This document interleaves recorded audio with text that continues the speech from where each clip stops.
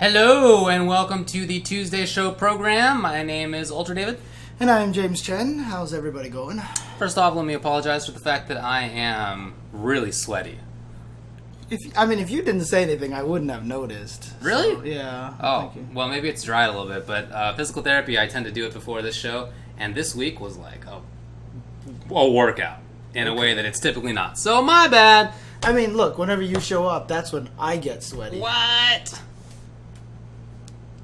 Look, we're going to be talking about actually a bunch of stuff. You know, we did the show on Thursday last week because we had missed Tuesday, and there's still a lot of stuff to talk about, even though it was a late show last week. A lot of things are happening right now. Evo coming around the corner usually kind of starts generating the information mill and stuff There like that. is a lot to discuss. Yeah. That is for sure. Unfortunately, there's a lot of bad news that's been going on, and we kind of want to address that first and foremost. We definitely need to do that. So terrible news over the weekend that Brian McIntosh, aka Crucial B, passed away at Defend the North. I don't want to speculate on the circumstances because what I've heard from people on Twitter and other sources apparently was maybe not right.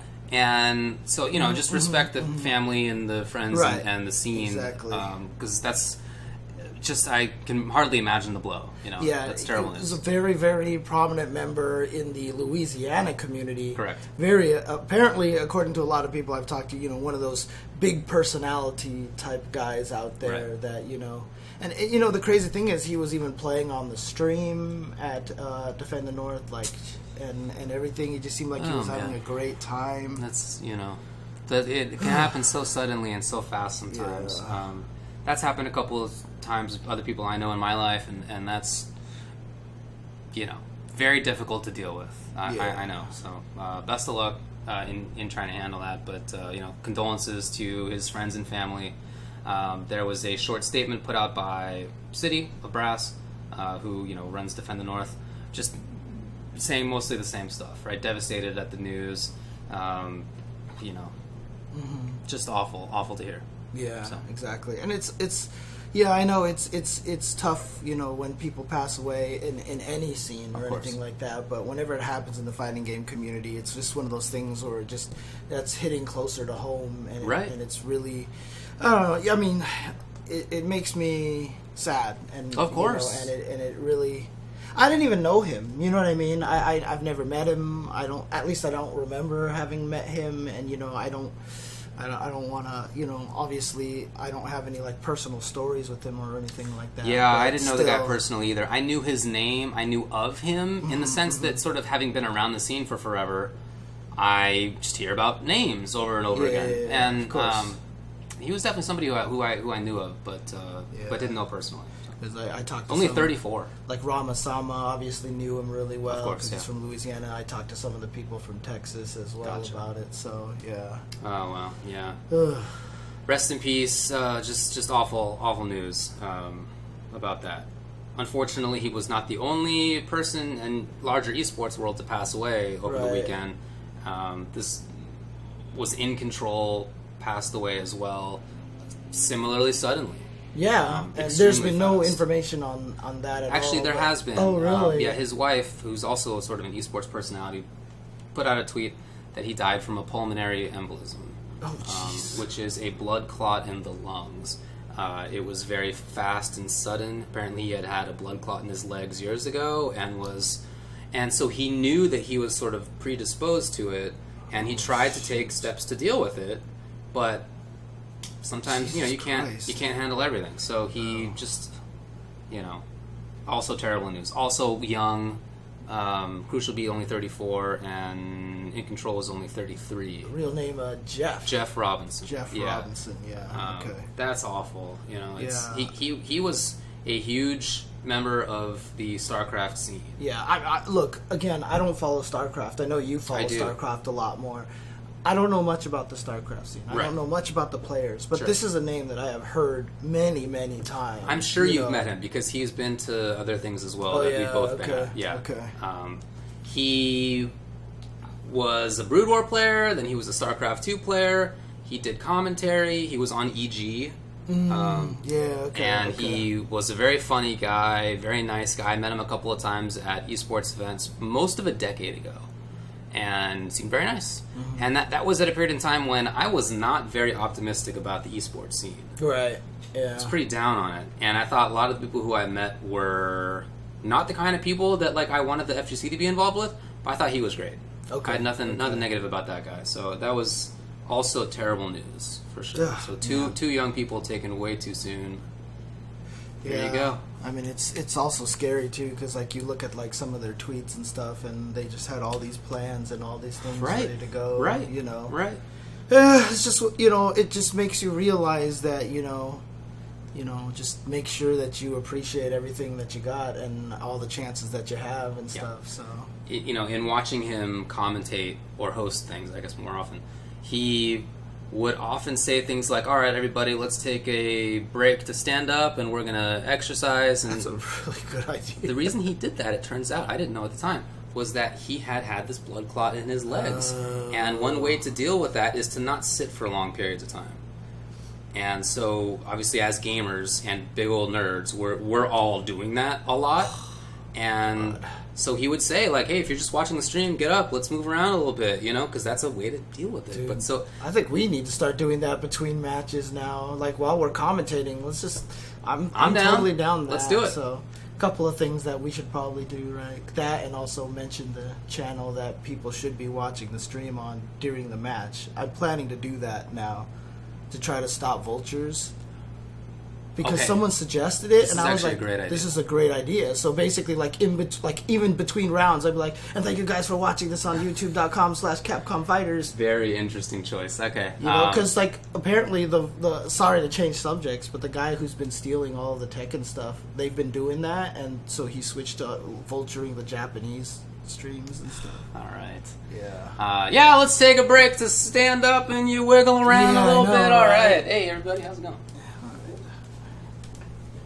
I just did this for an hour. Yeah, I know, right? You're gonna get even more sweaty here. Yeah, I know, right? Yeah. So, there you go. Anyway, my last person who helped give me a massage gave me a bunch of stretches to work on and stuff like that, and I need to. That's good. Keep those up because she could tell. She could tell I'm a computer person with the way my hands and stuff were. She also noticed too that this side of one side of my back is weirdly something or the other messed up and I realized it's because whenever I'm using the computer I'm probably always leaning this way, and so it's actually harder for me to move my head this way than it is this way and stuff. It's a lot of still working on that. Yeah. Well, again, very sorry to hear both of those situations. Condolences to friends and family of both people. Awful weekend for that. Yeah, exactly. All right. Well, let's move on by getting to the Evo news that came out very recently, in fact. So we finally got this official schedule of when everything is going to be run and finished. We got the game order before we get to that. Well, I guess that's kind of part of it, isn't it? But so Soul Calibur 6 will be Friday. The Soul game on Friday. Wow, nice. Yeah. What a caliber of joke that was. Well done. Ooh, that was kind of sweaty. I'm telling you, it's gnarly over here. Then on Saturday, it's going to be Under Night to start things off. Then Dragon Ball Fighters. Then Samurai Shodown. Now, find a new rival. Then Mortal Kombat 11 to end the day. And on Sunday, it'll be BB Tag at the start, then Street Fighter, then Tekken 7, and then Smash. Yeah. Talk to me about your thoughts. I mean, I'm happy with the way a lot of this order turned out, actually. I love that MK11. I was hoping it would close out Saturday. Okay. At least. For not being on Sunday, I want it to be the capper of the night. And to have it there, I think, is really, really cool. Soul Calibur was probably going to be the game defaulted to Friday because it has the least amount of people outside of BB Tag, but BB Tag was already announced for Sunday. Correct. And, I know the EVO staff said they wanted to give it, the Sunday slot because last year the finals were really hype and all this stuff like that. And, Which they were. Yeah. And unfortunately, just kind of didn't work out in terms of numbers and everything like that. But that's what they already announced. They can't change it because people have bought Sunday tickets based on. So I was thinking why they announced this in advance, and is it because they need to let the arena know for ticket sales purposes? Maybe, so that people know, like, if Smash players aren't going to buy Sunday tickets if they don't know their game is on Sunday, right? Yeah. So if they announce it, then you'll know that, oh, well, I definitely want to catch this game at That the makes time. sense. So they just have to make an educated guess as to which games are going to be the one people want to watch. I don't want this anymore. No, that looks way too sweaty. Yeah.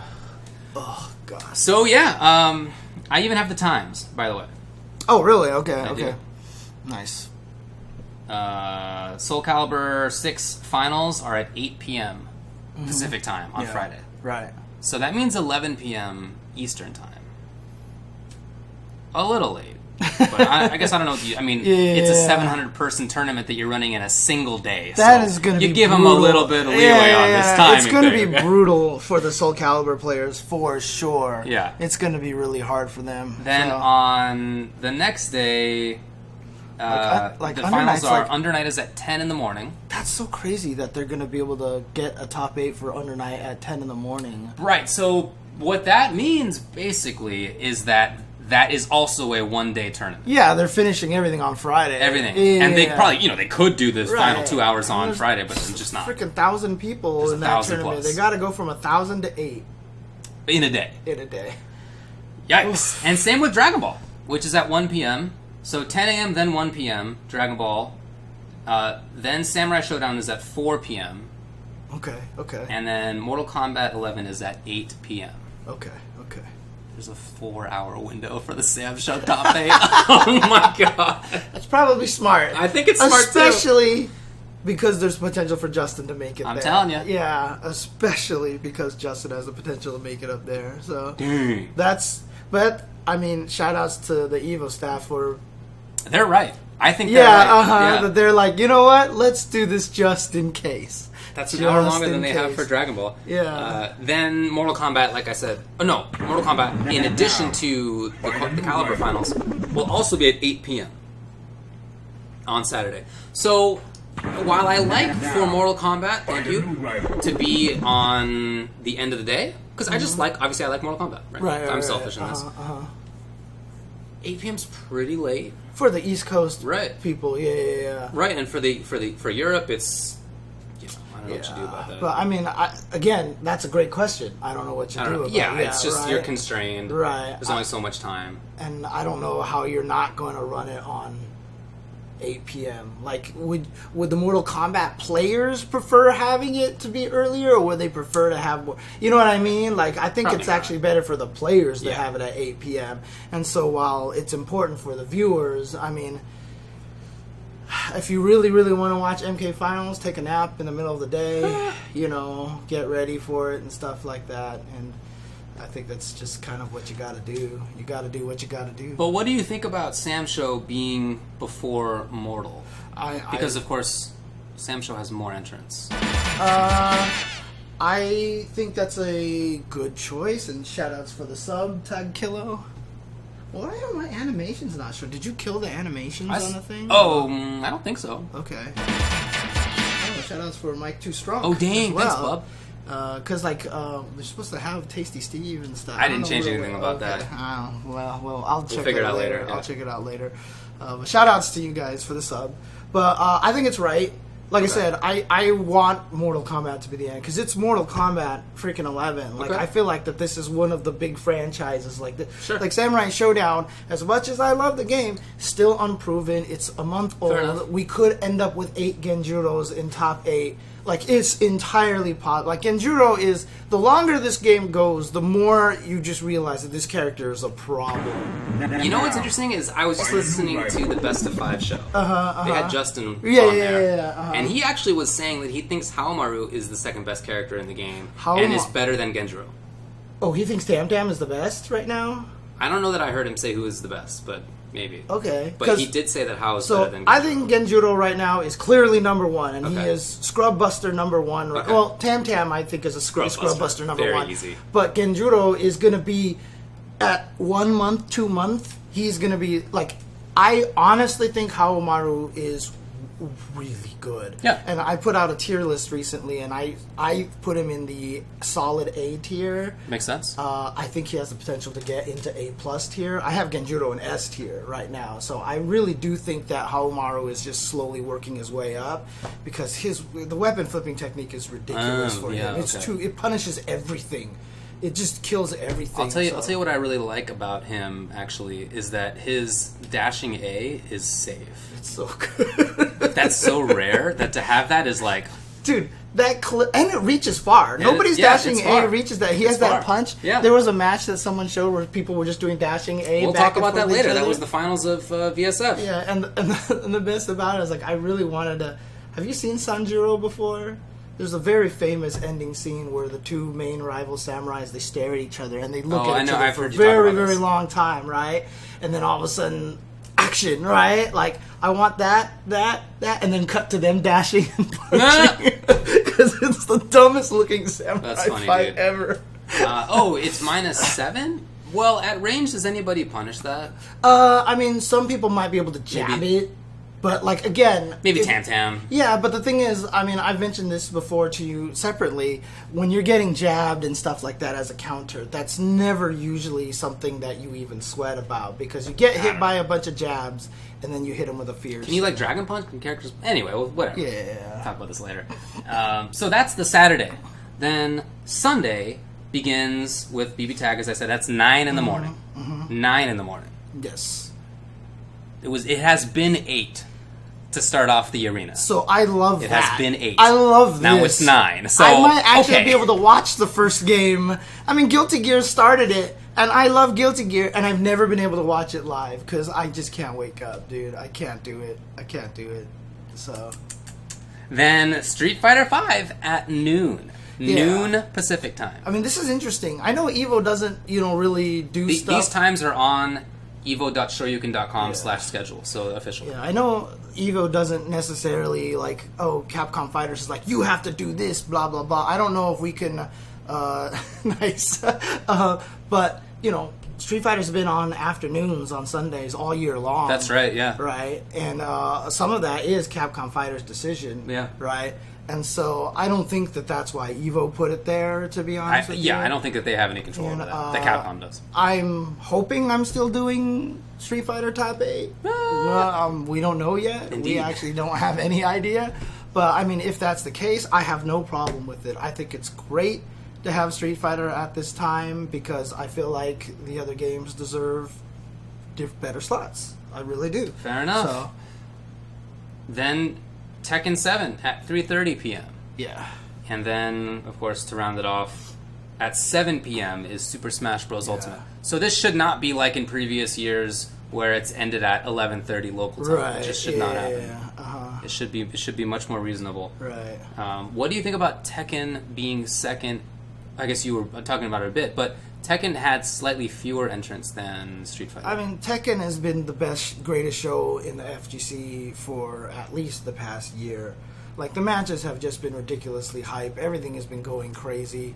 I think this is another great... I mean, look, Evo has always been criticized for not paying attention to the community, or, they're just doing things by numbers or whatever like that. And I feel like this year kind of showed that they were willing to kind of do some different things, and based off of which communities have been doing well. And so like I said, I feel like Tekken, it's been growing every year. Sure. It is super hype, and to put that at the second last, I think is... I mean, I wanted it last in my heart. Okay. In my heart, I wanted it to close out Evo, but I knew Smash had 3,500 entrants, right? So course. It's like, it had to be last. Put it last. Had to put be it last. But, I'm glad that it gets that second to the last slot, like the prime spot, because I think it deserves it, in my opinion. So yeah, fair enough. Yeah. I still wish that it had been in the order of entrance. Yeah, okay. But it's not a huge deal either way. Even though, I mean, look, I like MK. I kind of feel that SamSho should have been last on Saturday just because of the numbers, but right. It's, yeah. not a big deal either way, really.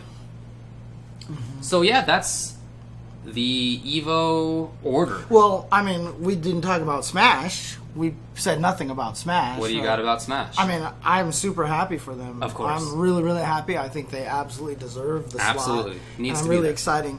Only thing that makes me sad, like I think I said last week or maybe the week before or something like that, is, obviously Street Fighter being last, I've been able to close out EVO and stuff like that. And it's not that I want to close out EVO, it's just that I feel like, I try to give EVO a proper punctuation point, like a lot of years where I talk about the tournament, I talk about the scene and stuff like that.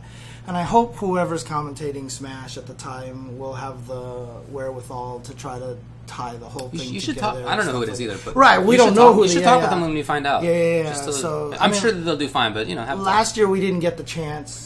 Seth and I didn't get a chance to play because we were just running late and everything like that. And like I've told the story that I was the last person in the arena afterwards because they kicked everybody out so freaking fast. Yeah, it got emptied out. Like it was like someone let off like a roach bomb and like people just were gone, dude. It was crazy. Yeah, well, but I really do hope that whoever's doing the Smash commentary, if it's D1 for example, D1 will kill that. Yeah, for sure. You do a great job. Yeah, exactly. So hopefully, whoever's there will be able to do that kind of similar. I'm sure they'll be thinking about that kind of stuff.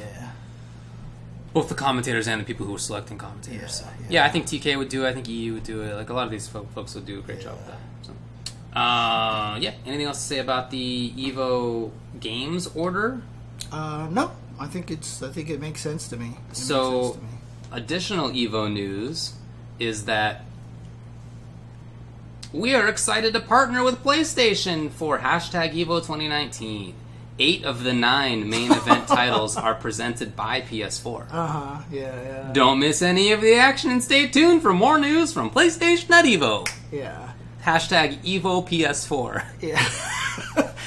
I wonder too, like, what is their partnering? Like, Sony's like, oh, sick. Here, use some of our PS4s. Like, do they just provide a bunch of PS4s and that's it? It must be more substantial than that because EVO has PS4s and they could easily buy PS4s. Right. Like, their PS4s are expensive for normal humans, but for something like EVO, you just buy it. Maybe. I mean, it's most of it's going to be coming from gaming generations anyway. Well, so right. Not buy, you rent it from a game, of course. That's what I mean. Yeah. But the funny thing is, someone was like, well, now they should take all that money and like try to give it to like more pop bonuses for a bunch of the games, right? And I was like, and ironically, Smash is the only one that wouldn't get any of that.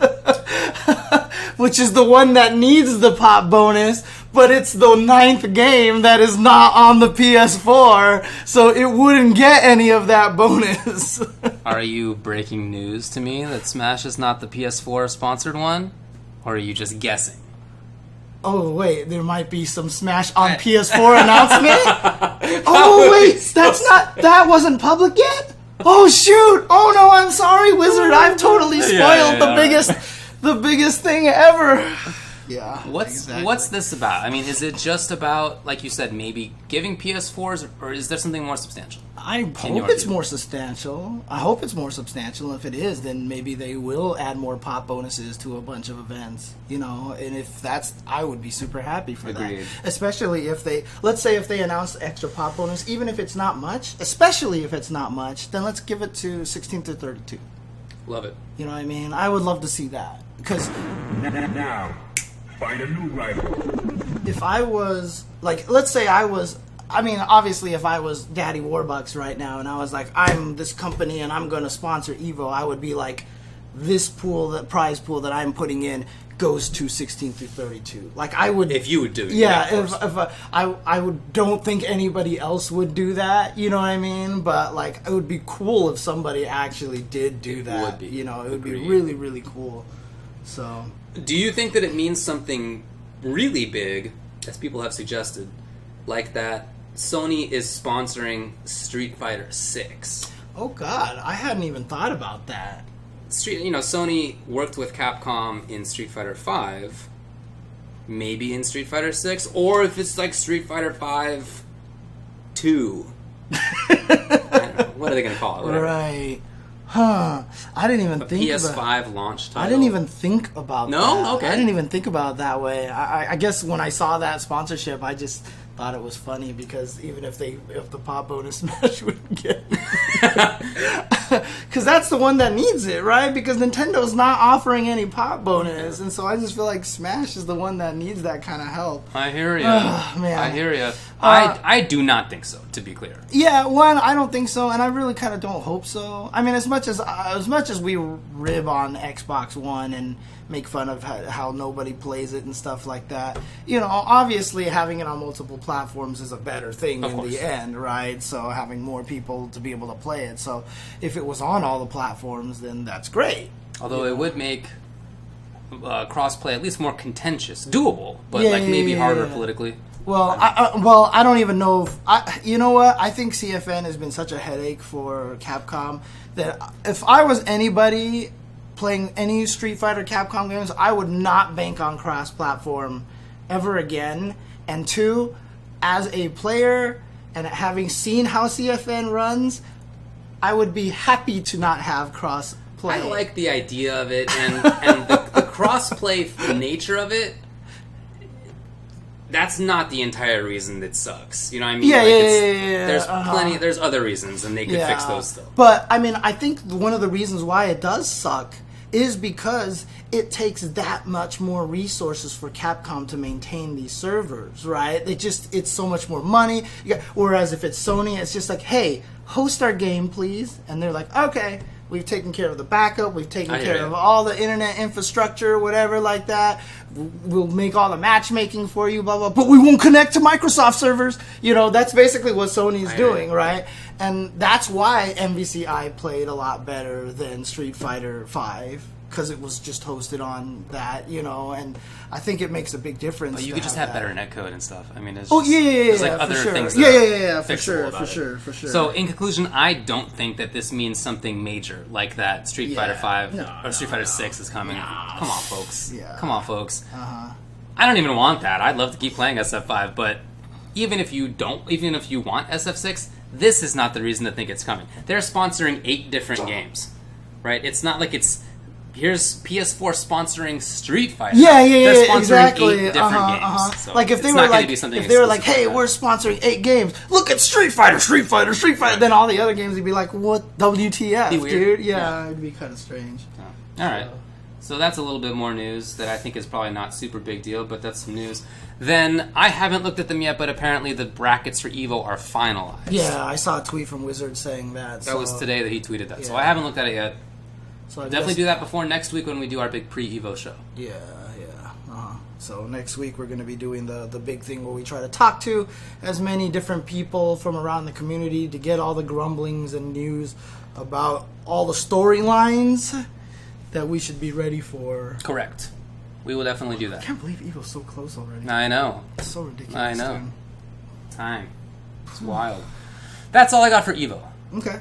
Now. Do you want to... There's not a ton to say about Street Fighter League, so maybe we'll just do that before taking a little breaky break here. I don't know how to fix that, because it just says thanks for the follow nobody.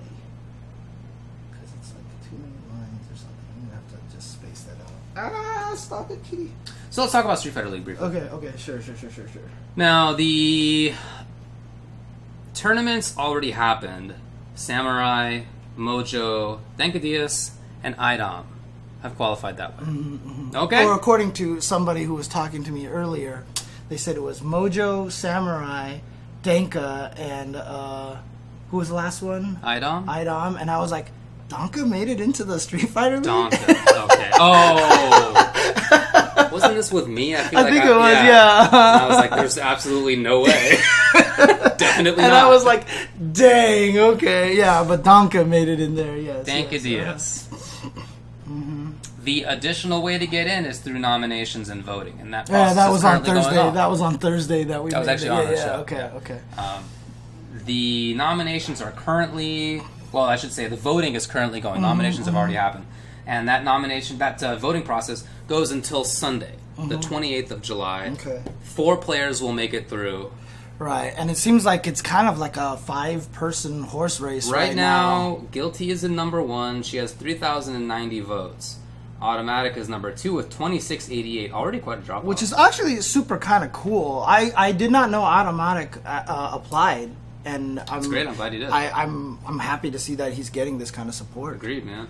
Sherry, 3rd place with 2,444. Okay. These are all drop-offs, actually. Okay. And then Marine with 2,099. Right. And I know she's been fighting with the 5th place person a little bit, Who is right? Neon, who has 1,825. Oh, so she's kind of pulled ahead. So all of these are actually drop-offs in between them. I didn't. Yeah. Okay, when I looked at okay. this, even just yesterday, it was not like that.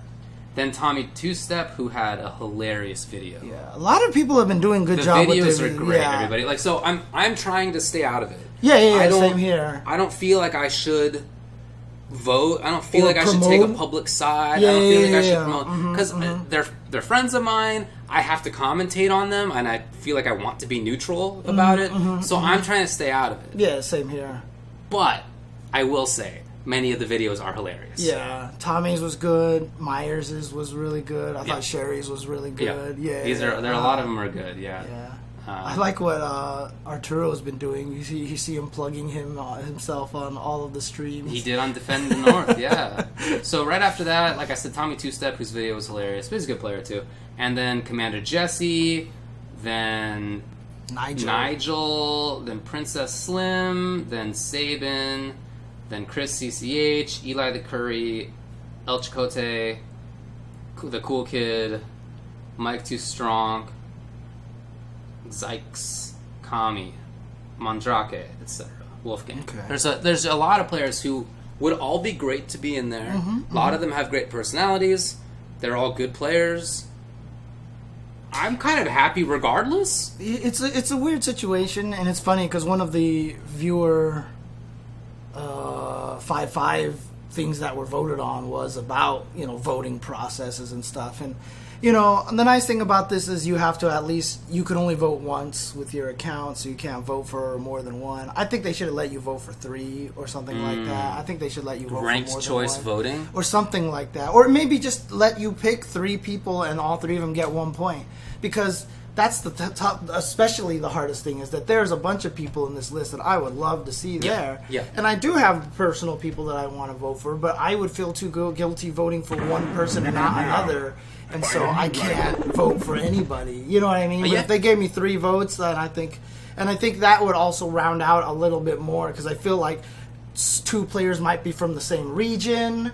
And so one of them might be screwing the other one over, you know what I mean, kind of thing like that. So, I would like to see changes to the voting system, but having it just the way that it is right now, I mean, I'm not going to complain about it. I think it's fine. So. Yeah, you're probably right. Moving forward, that would be nice to have a little bit more ability to spread the votes around, but that is not currently how it is. So, in part because of that, some people have been upset. Yoink!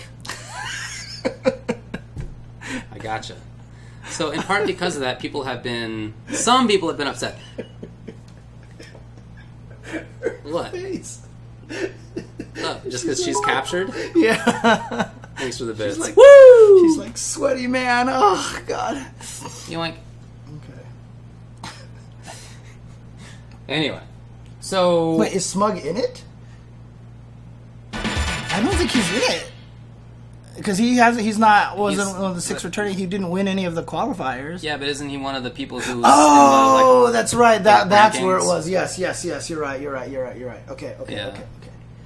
Yes. Anyway, yeah, I have heard of people complaining about how the votes are coming out.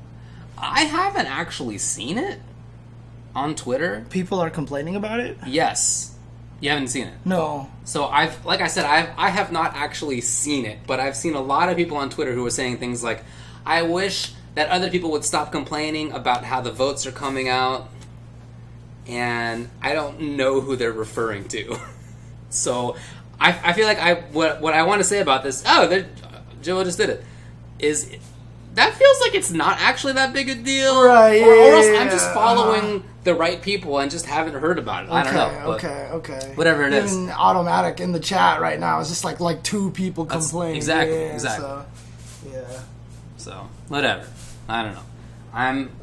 You're going to go investigate. There's a cat happening so we can hear her. I know what she's attacking. She's attacking something.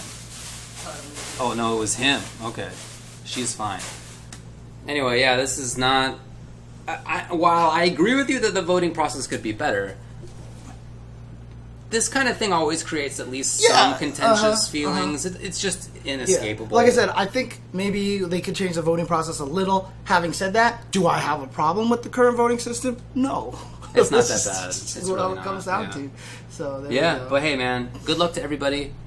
I'm rooting for all of you. I know not everybody can take it, but I like all of you, and a lot of you have made cool videos as well. So that voting process is open, like I said, until Sunday the 28th. Okay. End of day. So if you haven't voted, and you don't feel like you need to be like us and not publicly vote or whatever, then give your support. Just keep in mind, however, that you do need a Smash.gg account to vote. So make sure that you are registered. If you're not registered, please do. And obviously for a lot of tournaments these days, you have to register in order to even enter a tournament anyway. So there you go.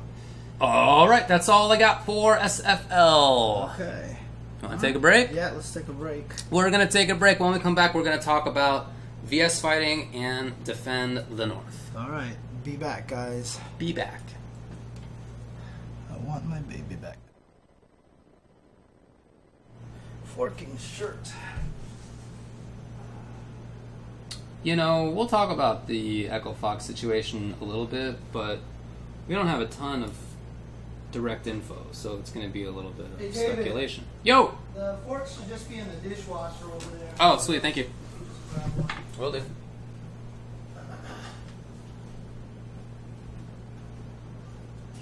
I forgot, you said Kelly watches Good Place and stuff, right? She has, yes. Okay, so you know.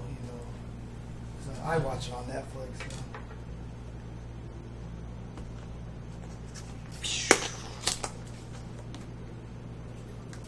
It's a great show. Yeah, it's very funny.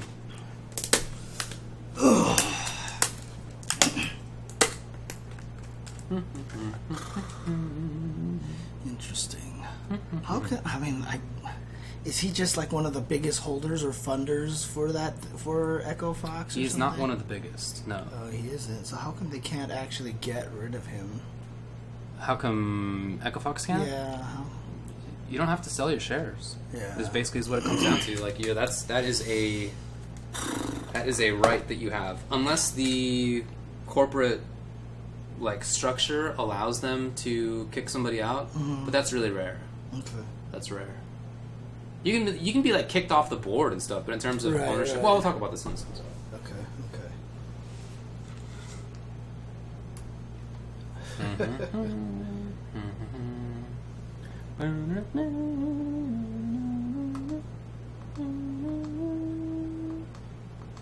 It's always a weird song that you have stuck. I don't know. It's just been stuck there for years. It's so weird. I don't know why. It is weird. I know it's weird. Pitfall theme.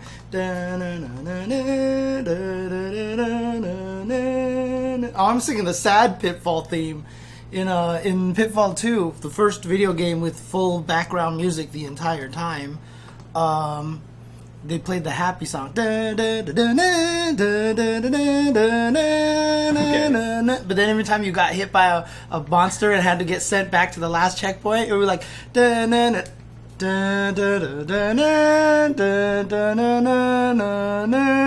like different keys and stuff? Yeah, it turned into a minor key. Wow. And they played it all sad. That's actually and impressive stuff like that they had memory to do that.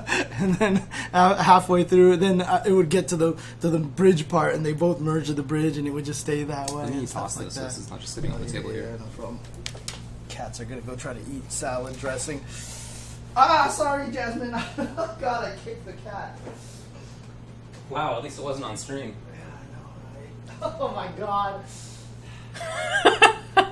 All right. But see, I went and apologized to my cat and gave her kisses and rubs and hugs. Yep. I didn't throw her over my back or anything like that. God. Okay, you ready? Yes, I am. Okay. All right, welcome back. Let's get to the big events that happened over the past weekend. Lots of stuff. The biggest one was VS Fighting. Yeah, and From what I had heard from everybody about VS Fighting, it's really, really shaping up to just like become one of the most like premier events. And yeah, a lot of good feedback about it. A lot of people had a great time there and everything like that. And I think that's great because I feel like Europe needs to have, bigger and bigger events and stuff. This is in Birmingham, in the United Kingdom. Mm-hmm. At least until they exit the European Union, at which point Scotland will break off, and so will Northern Ireland, at which point it won't be the UK anymore. But England will have a major. Shoutouts to England.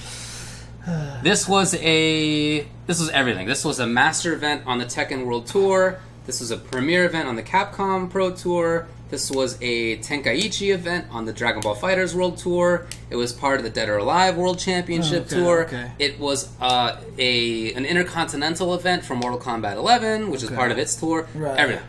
I should probably not be cracking my knuckles in front of this thing here. This thing probably picks up the sound a lot better. So Probably. My bad. Okay. Yeah, this was the one that got the short notice for the Dragon Ball event. That a lot of people like. It was announced to be part of the Tenkaichi series as a ranking event. A Tenkaichi event. Yeah, like 2 weeks before the event. Yeah. So that Not was ideal. Yeah. All right. And anything else to say about it? Obviously, neither of us went. So, but it was cool to watch. I watched a bunch of it. Yeah. I woke up in the morning and watched some of the grand finals. Oh yeah. I was thinking to myself while I was doing that, is James up too? Is he just like up at 7 in the morning? For Street Fighter, you mean? I think it was Street Fighter, yeah. I think God, was I? I don't know. I think I started watching some of it, but yeah, okay. Tekken 7. Winner was Knee. Rock's Knee. I mean, With Steve, Kazumi, Jin, and Lars. yeah, Knee. I mean, he had been winning so much last year. Remember, he was winning all the events that he attended. It's not quite like that anymore because the parity in Tekken is so much stronger right now. So Lowhigh, UIU Lowhigh got second. Law, Shaheen, Steve, Kazumi. And then third was Crazy Super Akuma. With Akuma. I think that's cool because, look, I don't follow Tekken that closely, but I began hearing his name in the context of, like, making a top 8, but, like, not going that deep. which one in particular? Super Kuma? Yeah. Okay, yeah. And now he's, like, won a big tournament recently, and now he got third We at ran this into one. him in Kuwait, right? That he won the tournament out there in Kuwait. Correct. I think it was. So, Correct. Yeah. And it's always cool just to see, I mean, Tekken's always had great character variety. I know Geese got slightly nerfed, but he's still up in the mix of everything. Yeah, so in terms of variety. So, yeah. Steve, Kazumi, Jin, Lars, Law, Shaheen, Steve, well, okay, let's not do that. Akuma, Law, Leo, Brian, Geese, Katarina, Dragunov, Paul, Asuka. Katarina. Oh, you already mentioned that, 15. yeah. 15 characters played by the top 8. Yeah, game's doing Pretty good. pretty good balance. Yeah. So, there you go. Pretty good. Yeah, that's cool. Dinosaur got 5th. Dinosaur! So it was Gen, then Dinosaur, then Picos, and then Kukoma and Fergus. Okay. Cool. That was always what me and my friends used to call Darun's lariat move, where he would go lariat claw, but he always thought he said dinosaur, so we just called it dinosaur all the time. So Street Fighter 5, yes, which I watched in the morning. Okay. I woke up at 6:30 naturally. Naturally. Yeah, I didn't even set my alarm or anything. I was just like, I'm awake. That's nuts, dude. I was thinking about it, and it's probably I'm just getting older, right? Everyone says that, and it's never happened to me. Well, I stay up later the older I've gotten. Back in college, I used to do all the opening shifts for all the jobs and stuff like that because you're on nobody, some Benjamin Button stuff, yeah, too. because nobody else could wake up in time. So I was always the one that by 11 p.m. I'd be like, oh, I'm so tired, it's so late. And I would go to sleep, and I would wake up and do the opening at the arcade. On Monday, I would always take the collection shift, because that was an extra hour earlier, where we had to empty the machines of all the quarters and everything like that. No one would take it. I did it week after week. Wow. I would do the opening shift at the fruit smoothie stand that I worked at, because nobody else wanted to do it. But I liked opening shifts at the arcade, because nobody was there. And that makes sense, yeah. So there was always the manager, and there was always the secondary employee, right? And the rule was that, one person person had to be walking around the arcade the entire time just to make sure no one's stealing the boards out of machines, which happened, by the way, many times. Wow. You'd be surprised. Okay. What kind of a concern? No. Yeah. Trust me. Okay. Yeah, but the thing is, since there was nobody in the arcade, I would put the other person at the register, and then I would just go play Tetris the Grandmaster. Right. So, yeah, no, it makes sense why you would want that. Yeah. But I used to sleep through my 3:30 p.m. classes, so I'm on a little bit of a different tack in life, okay, fair enough. Anyway, I got up to watch. Well, I got up and watched it, not on purpose. Mm-hmm. Winner was Bonchan. Red Bull Bonchan. Karin. Dude, it's a true story. One machine got stolen because some guy walked into the arcade with a toolbox. And they just looked like they were one of the people working there. And he didn't look... He did not look panicked or anything. Just calmly sat there, opened the cabinet, took out the board, walked out with it. And people saw him, and it just didn't even matter. That's how you do it, right? Like, nobody was even... Did he have, like, a face mask on or something? No, nothing. He just walked in there. Apparently, this is the story. Was this, before... I wasn't working there yet. And I don't think we had any security cameras. Yeah, I don't think we had any security cameras. There you go. Yeah. And all the workers at the time were all playing Puzzle Fighter, and the manager got so mad at that. I bet. It was, oh, God, that was... I bet. Genius. Yeah. Hiding in plain sight, that is exactly what it was. And then there you go. At the, there was the arcade by the dorms at UCLA, right? So small. Yeah. Very, very small. Yeah. Very late at night, one time when it was open, 4 games got stolen out of that arcade, and the worker never saw anything happen. Wow. 4 games got taken, and that place is small. It's just like one little circle, and that's it. But that's happened, dude. It's crazy. Yeah. What a time. Yeah. The 90s. So Bonchan won it, Karin and Sagat. Mm-hmm. REC Punk got second place with Karin. Mm-hmm. But Bonchan, isn't that back-to-back premieres? Fifth was Phenom with Karin. Wasn't that back-to-back premieres for Bonchan? Back-to-back, was it? Or 2. It's definitely the second one, right? He's definitely won another one. Yeah. What did he go to? Did he win but CEO? Outside of NCR... I think so. Outside of NCR, is that the first premier event that Punk had gotten to grand finals and didn't win? Because I think he's won every other time, right? So yeah, he did win CEO. Okay. Yeah, that's right. He did win CEO. Yes, that's right. That's right. Okay. No, I said besides NCR. Well, so I said been besides NCR, 5. Curly W, because he lost the Tokido. Yeah. Okay. Anyways, third was Machabo, who's just been so good. I mean, I said it on the squad show in Canada. I basically compared them to stocks, and I was like, if there's a stock you need to invest in, Machabo is the one that you need to invest in right now. Rising up. Rise up, James. That's like not even because that's what it means, right? It's not means a pun. To get okay, yeah, all right, fair. Anyways, yeah. Angry Bird got fourth with Zeku and Ibuki, actually, and I liked it. He busted out the Ibuki out. He's probably been saving that for... It looked good, though. It was good Ibuki. Then Infectious with Zeku, 5th, and Phenom also 5th, with Karin, Nikali, and Bison, Gachikun, and Sako 7th places. Mm-hmm. But it was super stacked. You look all the way down, and there's top players literally all the way down. So with CN and F-Word got the same placing. Wow. Who? Oh my days! Who feels more strongly about that? Does F-Word feel super proud? Is that the strong emotion here, or is it embarrassment on CN's side? Who feels stronger about it? Oh my days!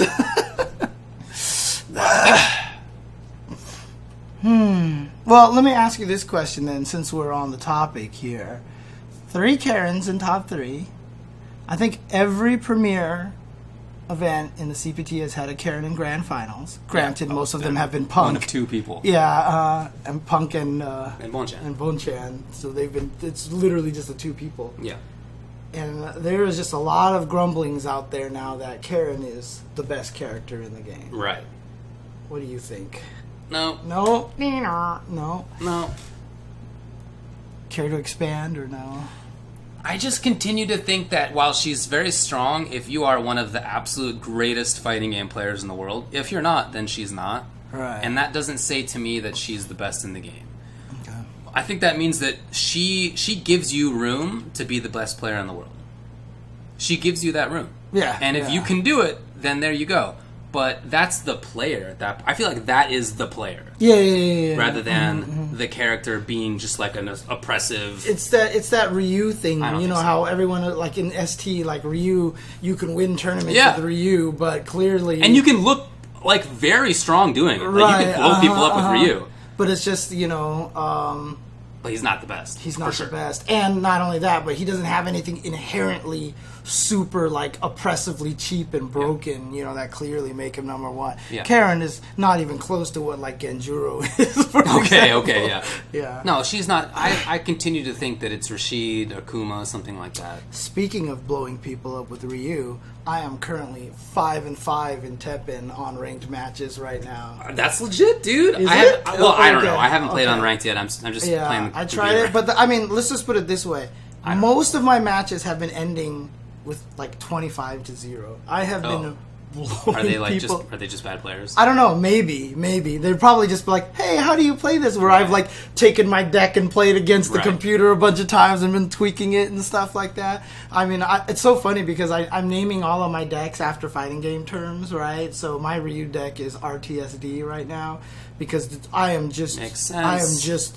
like I have not taken any like. He seems very intelligible if you're not somebody who's accustomed to card, because you're just like, I want to do the damage. It's not like thinking about lots of the other things that go on in a card game. You're just like, ah. Which is why the second team I'm actually creating is called Turtle, and that's Chun-Li, and I'm just going shield crazy. I'm testing that out right now, just going shield crazy. And I found out that my shield team is weak to flying creatures. Okay, so I've been testing things. Anyways, okay. All right. We can talk about Teppen later. DBFZ was won by CO Goichi, some guy. Goichi and Fenrich. Fenrich got second. Yep, no surprise there. Wawa, Shoutouts to Wawa for third place, though. Pretty cool. Cook ain't gotten fourth, so. MK11 was won by a Foxy Grandpa with Kung Lao, Jackie, Cassie, and Sub-Zero. I mean, who was his biggest competition there? Omega K and Dizzy are both really strong. Okay. Nivik. Those are both really good players. Yeah, Nivik is a good player. Like this. In fact, I really like this because there are a couple up and comers. So it was then Nivik, C-Cat, then Sonic Ninja, and then Video Games Yo and Undead Jim for 7th. Video Games Yo is like an online Shao Kahn. Oh, okay, and apparently Ketchup or Mustard, I forget who, was like, hey dude, you should go to an offline tournament. You might do alright. And he got 7th place. Nice. Okay. So no, I saw 9th place. It was Shaz, not Shax. Shax. I wanted, because if it was, I would have said, "Oh look, 9th place is Snacks." Snacks. They typed his name wrong on one of the hilarious. YouTube preview things. He's Snacks. I'm sure he was here. What did he get? 13th place in Street Fighter. Anyway, it was a really good tournament. In Samurai Showdown, Kazunoko won it with Haomaru and Genjuro. Picos got second with Haomaru. Third place was Oil King with Haomaru. Kazunoko got first. Oh, dang, they're all playing Haomaru. Well, there you go. But what's interesting is that Picos reset the bracket in Grand Finals. Haomaru. Yeah. And then Kazunoko switched to Genjuro. Yeah. And it was 3-2 still. I haven't watched that top 8. I need to go watch that top 8, actually. So, I'll be honest, James. I watched that Grand Finals and I was like, this is okay. Oh, yeah? Oh, really? Yeah. Okay. But it was because of Haomaru dashing A. You know the interesting thing? And if it's actually not safe, as Mikey was saying, then maybe that's a different story. What's interesting, though, is that what I've noticed, though, is whenever, like, I just had an 8-hour session of SamSho this past weekend. It was me, Bushido Brown, Corey, and Olaf. Okay. And a couple of other people showed up to Super Arcade to play as well. Oh, cool. And we just played, and I mean, it's really character dependent, but when we were playing the matches, like, they didn't feel slow at all. Like, we were just, like, going crazy. Like, stuff was happening all day. Charlotte is so good. Oh, my God, that character definitely seems strong. And I really feel like a lot of it really just is Tam Tam. Tam Tam just slows the game down, especially if you're freaking Justin. The other two characters that I liked, Darlie and Wu, are probably both butt. They're not very good. So... Yeah. I think the other character I would play is Galford. I even thought Darlie was going to be good. And actually, Galford is an excellent zoner. Yeah, he seems like a character that could fit me. So maybe I'll try it out a little bit more. He's an interesting character, though, because you also have to get good at 2 half circle back. Because that's the log move, and the log move just messes up so many things. Right. But the way that the log move works is you have to input the entire input before the next hit, and if you get hit, it resets the input read. Okay. So if it's like hit, you probably can't log in the middle of that, right? But that's just to prevent you from being able to mash it and get it out there. But something like Jube, if he back throws you into 2C and you go stab, you can go stab, and then like I was doing it to Corey's Ukyo, he would do throw into strong into Rekka move, and I would get strong, and then I would just drop on his head all of a sudden and stuff. That makes sense. He's so annoying to fight because it's just like I can't do half the things that I want to do. And he seems like he takes knowledge. Yeah. Which is attractive to me. Anyway, like I said, I actually enjoyed the grand finals. Yeah. So shout outs to that. Cool. Then Galford is dog guy. He's pretty top tier. He's pretty top tier. He's him and Haomaru are the 2 characters, and Yashimaru are the 3 characters for me that are kind of like bubbling up right now. Haomaru, Galford, and Yashimaru are the ones that are bubbling up. Ukyo is the only one that's bubbling down for me right now. So I'm losing faith in Ukyo right now.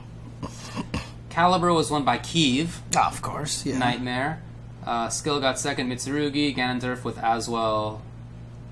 That's cool. DOA was won by Crazy Gehaktball. I'm going to stick with that. Super Street Fighter 2 Turbo was won by GMC Golkar Jack. Okay. With Guile. Okay. There you go. Like I said, seemed like a good tournament. Yeah. Shout outs to the VSFighting crew and stuff. And, it's hard because a lot of the best tournaments are all run around like this last 2 months before Evo time. Right? CEO, Combo Breaker, VSFighting, they're like all right here. And it's like, let's spread it out a little bit. Well, yeah.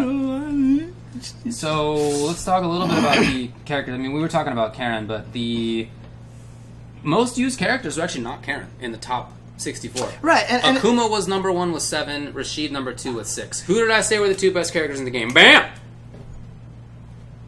This is my Aaron Black fatal blow. Oh, okay. Yeah, I mean, Karin to me is kind of how I felt about Akuma when Tokido was winning with him at first, which was it really just takes an exceptional type of player to make them at that level. Akuma, but now that there's just so much evidence of what Akuma can do, a lot of Akumas have stepped up because they just watch a lot of Haitani, Tokido, a lot and stuff of good like examples. that. Right, so they can pick it up. Karin, it's not as easy because if you just can't single hit confirm crouching medium kick, you're not going to be at those guys' level, right? You're not going to be at that level, and it's not easy to do. In fact, when I was hanging out with some friends in the Valley the other day, last weekend or whatever, one dude, Mitch, is playing Karin, and he was like, what do you think I could be doing better? And I was like, this is an unreasonable request, but you have to hit confirm every crouching medium kick. Right, And if you're not doing that, probably move on, Go play Cammy. Yeah, play Cammy. That was actually what we said. Oh, yeah? We should maybe try Cammy or something. Maybe Guile. Right. I don't know. She's definitely a good character. I just think that she's not the best. Yeah.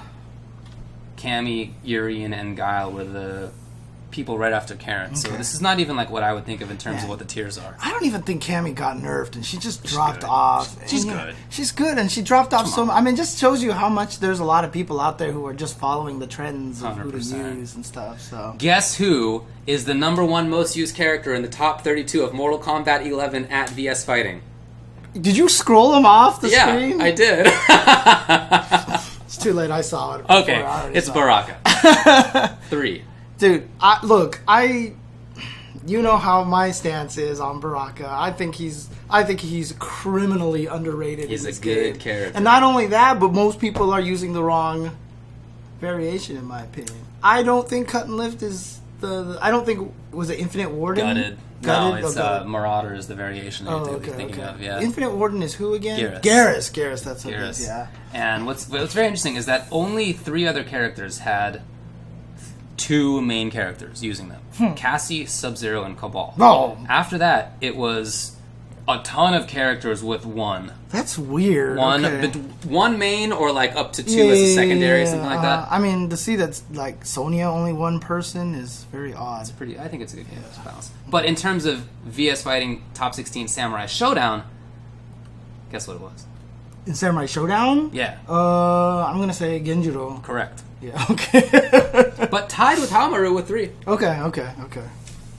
Then obviously Tam Tam, Charlotte, Yoshitora all had 2. So there's the tiers. Yeah, it's absolutely what it is. All right. Cool tournament, fun to watch. Although Yoshitora, I'm not sold on. I don't think Yoshitora is that good. Oh, interesting. I'm not 100% sold on Yoshitora, to be honest with you. So. All right. Yeah. Let's talk about the Defend the North tournament, which also happened. Okay. Cool, boy. Wow, This was a ranking event on the CPT. Now, I guess before we get to the results, we can chat about the tournament itself. Yes. What do you got? So here's the thing, right? I almost tweeted this out right before I found out someone passed away, so it would have been a really bad timing for it, to be honest with you. But, I've talked with Andy before, City of Brass, who's one of the guys who runs it. And while I absolutely think that we should start calling out bad tournaments, like if this is a Tio is a scumbag or whatever, these kind of things like that. Like absolutely, like a huckster kind of. Yeah. Like we should absolutely be, and then like how do you determine which events you give a chance to, which tournaments you just say, screw you kind of thing. And the thing about it is I know Andy, I know City of Brass, I know all of his friends who are doing a lot of this stuff, and I know that they have good intentions, right? And I know that running an event in New York has got to be one of the hardest things to do. It's going to be expensive. They are inexperienced as TOs, put into one of the most difficult venue spaces that you could possibly manage. And they don't have the clout to be able to go up to the people running the event and be like, you need to provide us with this. They probably don't have that experience yet to just walk up to someone like the Hado can probably do, like Jabali can probably do. Just go up and like, look, this is my event. I want this. You're going to give me this, right? And they're going to be like, well, we should know you're going to give me this. And they'll be like, okay. You know what I mean? And I don't think they have that ability. So things are going to go wrong over there. But, and it went terrible. I know a lot of people had said bad things about it. However, I saw some people who were there and said it wasn't as bad as a lot of a lot of other people were saying, right? So there's a lot of hearsay here going on there. I don't know. Again, maybe I'm being a little too empathetic, but like I said, I really like City of Brass. I like his crew. They do a lot of good things. And like I said, I have so much empathy for someone who's trying to run an event in New York. Obviously, attendance will drop next year. Obviously, a lot of people are not going to go. Like, Justin's probably not going to go. Chris G's not going to go. But, I hope that they can turn it around. I would like to give them a chance. And again, maybe, like I said, I'm not sure if people are like, like, you're stupid, James, or whatever like that. But I know that they're not people who are trying to hurt anybody or trying to run a bad event. You know what I mean? So, yeah. You can't think it's intentional, of course. Mm-hmm. It seems like it might have been a tough weekend to do it, what with New York City being above 100 degrees and incredible humidity, and also then after that flooding up to several feet. Right. Like right after that. Yeah. So that's just like a tough weekend to do anything, but I don't know that the organizational issues were related to that. What I've read, so originally I read that there was not water there and that they weren't letting people bring in water, and then I read that actually there were plenty of water stations and they allowed people to bring in water. So I don't know what to say about this stuff. But it seems like everybody agrees that there were organizational problems at a minimum. Yeah, people call out bad tournaments, and I think that that's right. I think people should be calling out bad tournaments. Like I said, I'm not saying like, oh no, the tournament wasn't bad. Clearly the tournament was bad, because a lot of people had problems with it, and a lot of people had a bad experience there. My whole thing is that just, I hope that they can turn it around, and if they do, then I hope people, might be willing to give them another shot, not next year, but the year after that. If they can prove that they could improve a lot of the problems, like they need to sit down and absolutely hash out everything that went wrong and make sure that that doesn't happen the next year, right? So, well, BFG Clutie says they refilled the water all the time. I was well hydrated for free. So there you go. Okay. Somebody who was there. But again, that's maybe separate from the organizational problems. Like, it sounded like they put two big tournaments in the same room. It sounded like they didn't give equipment to everybody who needed it. and so forth. Yeah. So that's all bad stuff. It was hot. It was not cold water. That sucks. Yeah, but I mean, like I said, not the best weekend probably. Yeah. Like if it hadn't been 1,000 degrees. I mean, honestly, that's might something be you have to plan that for, might be another thing that they want to consider. New York City in the summer sucks. And it's obviously hotter than it probably should have been, if only there was a global phenomenon that was, to be responsible for that. I don't know. Yeah, I know. But, I mean, the thing about it is, like, maybe they might want to consider running it in September or something like that. I mean, that's really close to ECT, so maybe not in September. Maybe in March, February, or something like that. Obviously, everyone wants to be on the tours and stuff like that, but, something. I don't know. It sounds like a bummer. Yeah. But hopefully things get better out there. Yeah. All right. Well, I certainly agree. I'm sure we all do. Chris G said, prioritize the players, not the stream. Of course. Yeah. For sure. 100%. Always. Stream is very important these days. It is. For sure. I mean, a long time ago, it used to be, I remember the EVO staff, they were like, we don't stop the tournament for anything to do with the stream. This was when we were still on Justin TV. I remember. Obviously, things are different now, right? It's like if something happens and you think you can fix it, especially because 10-0 staff, for example, they've gotten so good at troubleshooting problems and can get it fixed in 10 minutes, sort of thing. So They did make a statement. I read it earlier on stream. But they... I think maybe waited until after the event was over. Right. Which was that the right call? I don't know, but they did. Mm-hmm. All right. Anything else to say about this, or can we get to the results?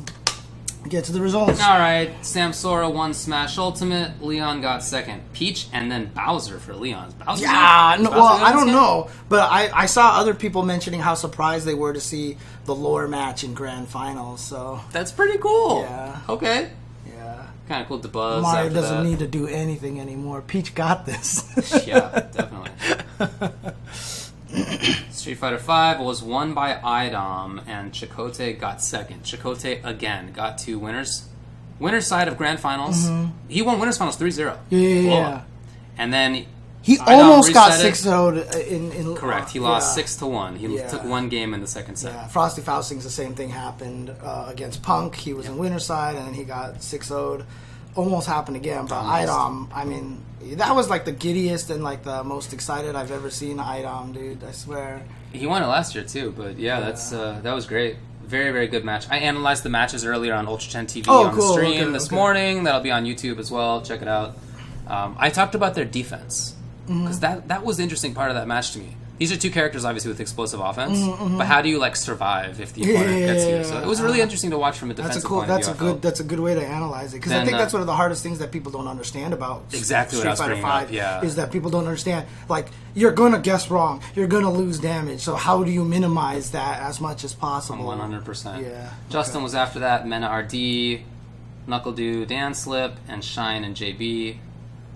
A lot of good players there. Tekken 7 was won by Fighting GM. Yeah. That was cool. Geese and Lee. Because JDCR was at this event. He sure was. Second place was TCOL Victim of Ritual, Nina. Third, TCOL Sour Piggy, Julia. Fourth, OGN JDCR. Yeah, but I don't think he ever used his main character, right? So, Isn't it Armor King? Isn't that his name? That wasn't who he was using all last year or previous to Armor King. So isn't he like a historical Armor King? Yeah, but I think he's using Armor King right now at all the events to make sure he gets him ready for EVO, probably. Okay. So, yeah. Is it just his main now? Is that just straight up his main? He doesn't use... Okay. Armor King is his main now. Okay, there you go. It was fun to watch. I watched it. I mean, it's always good. What can you say? It's a blast to watch. DBFZ was won by Sonic Fox. Super Noon got second. Then Chris G. Mortal Kombat 11 was won by Sonic Fox.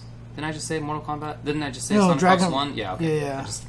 Anyway, he won both of those tournaments. Splash got second. Shout out to Splash, who's one of these upcoming players who's been good, but now is getting to Grand Finals. Okay.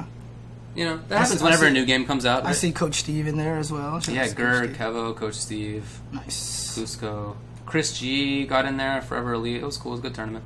SamSho was won by Chris G.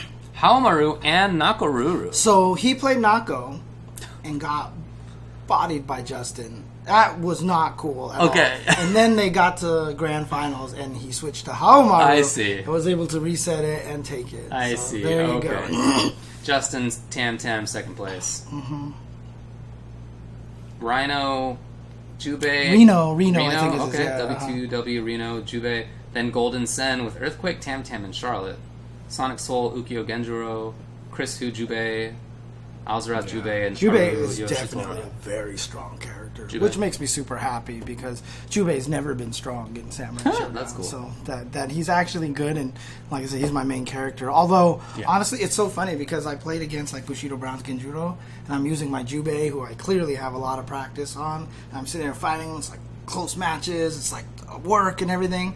I switched to Charlotte, and it's just, I was just It's like... free.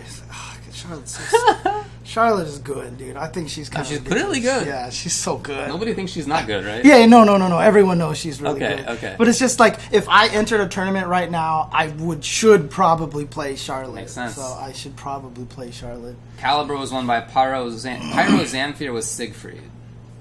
Incendiate, second place with Ivy, then JJJ Amy, and then Linkor's Siegfried and Geralt. Yeah. Third Strike was the Third Jazzy Circuit Championships, right? You are correct. Mm-hmm. And that was won by Marlboro Ryan, who's definitely not sponsored by Marlboro for real. Right, yeah. Shout out to him. Is it not Marlboro? Right, yeah. With Chun, of course. Yeah. And then he was the one that Frankie he lived in Japan. He was on the Japan 5v5 I think team. he still the might live in co-op. Japan. He was on the co-op cup team, the American co-op cup He has team that was in top definitely 8, done that. right? Yeah. So yeah. Yeah, known as Let Blood Run 1,000 years ago. I used to play with him in SoCal sometimes. Yeah. Frankie BFG, second place with Ken.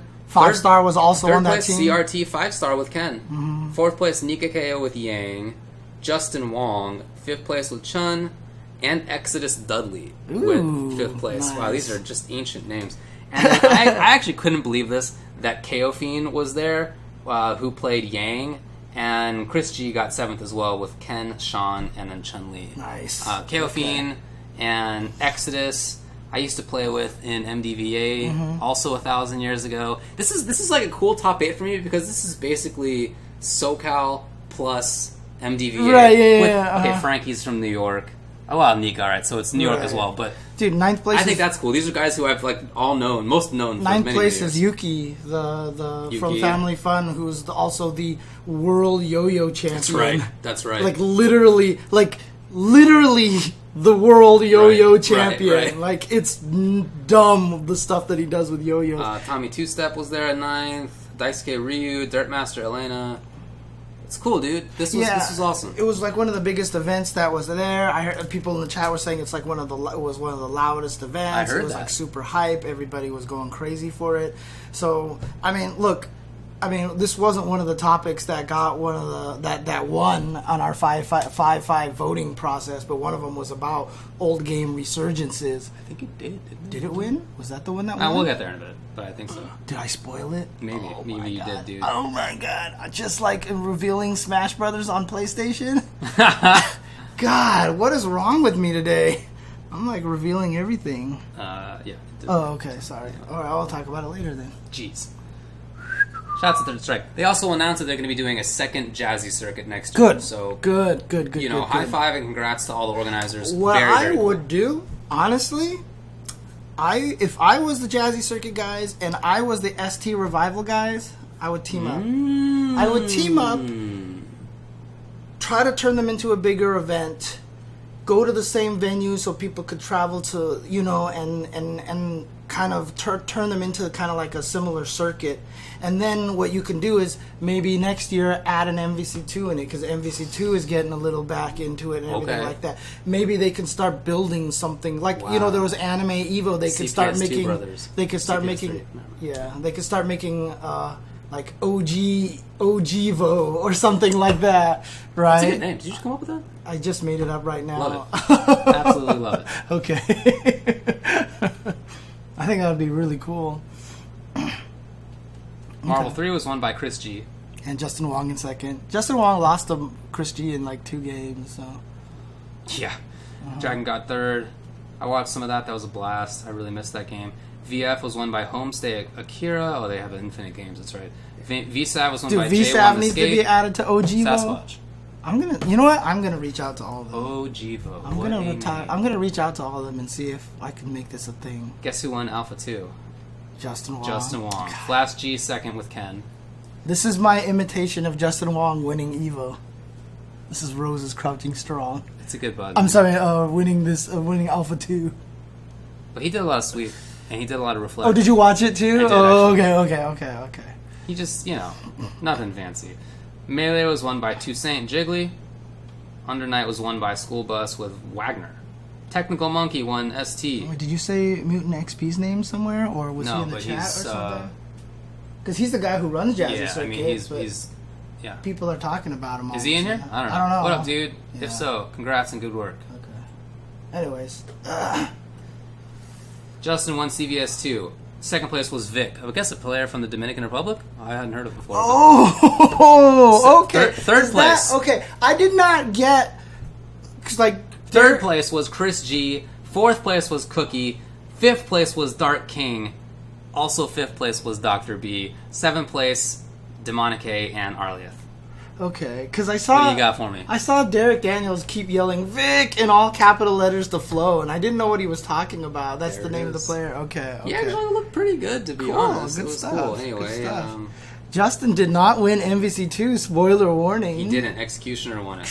Let's go, Desmond. G-Concepts got second. BB Tag was won by Base. Executioner, I played him in CVS 2 at EVO, and I think he eliminated me at B5 or something like that. Wow. Yeah, he was really good at CVS 2. There's too many games. Anyway, that's what happened at Defend the North. Yeah, and that's another thing, too. And, even Rick came in and mentioned this, and he said, it's the most ironic thing for me to come in here and say this. It was in a thread, but he was like, they really should figure out if they need to run that many games right now. Just lower it down a little bit, figure out the space, Okay, so just for the sake of clearness, because we're bringing this up, the remaining games were Guilty Gear Extra Rev 2 won by Marlon Pie, DOA 6 won by Ichiron 47, BBCF won by Barlow, Ultra Street Fighter 4 won by Justin Wong, and then there was also a Street Fighter 3 Third Strike 5v5 teams tournament. Nice, okay. And it was won by Los Vatos Locos, okay. Yeah, nice. Sherwin, Yuki, 5-Star, Ryan, and Daisuke. Wow, Okay. shout-outs to people I knew forever ago. That's so cool. But again, maybe that's one of the things that Defend the North does next year. All right, let's take out a bunch of these small events. Let's not try to be, Combo Breaker, Frosty Faustings kind of thing. That makes sense. Let's go back to small and then try to grow it back up and kind of thing, All right. So. Well, there you go. Anything else to say? Eidolon says, every year I ask Rick, do we need to be running this many games? Yeah, y'all do a good job, though. Yeah. Anything else to say about Defend the North? Now, find a new rival. There you go. No. Yeah. We'll see about next year. All right. That's all I got for results. Okay. Cool? Yeah. Can we take another break? Do you want to take another break? I don't see you dancing. Are you dancing? I'm not. I don't have to pee. I just really want to eat some food. Okay. That's all. Yeah, no problem. I want to open my salad up. I hate the texting in XSplit. I can't get it to line in there. I'll figure it out. I'll do it later. Okay. Yeah. All right. Let's take a break. We'll be right back. Oh wait, did I not mention ST? I'm sure I did. ST was won by Technical Monkey. Justin Wong got second.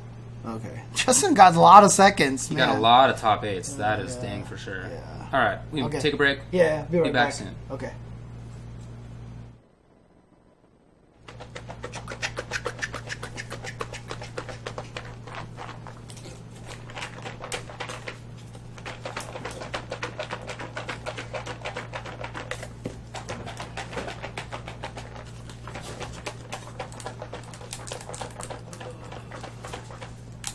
Oh, this is just me tossing my salad. Nothing weird. Now, find a new rival.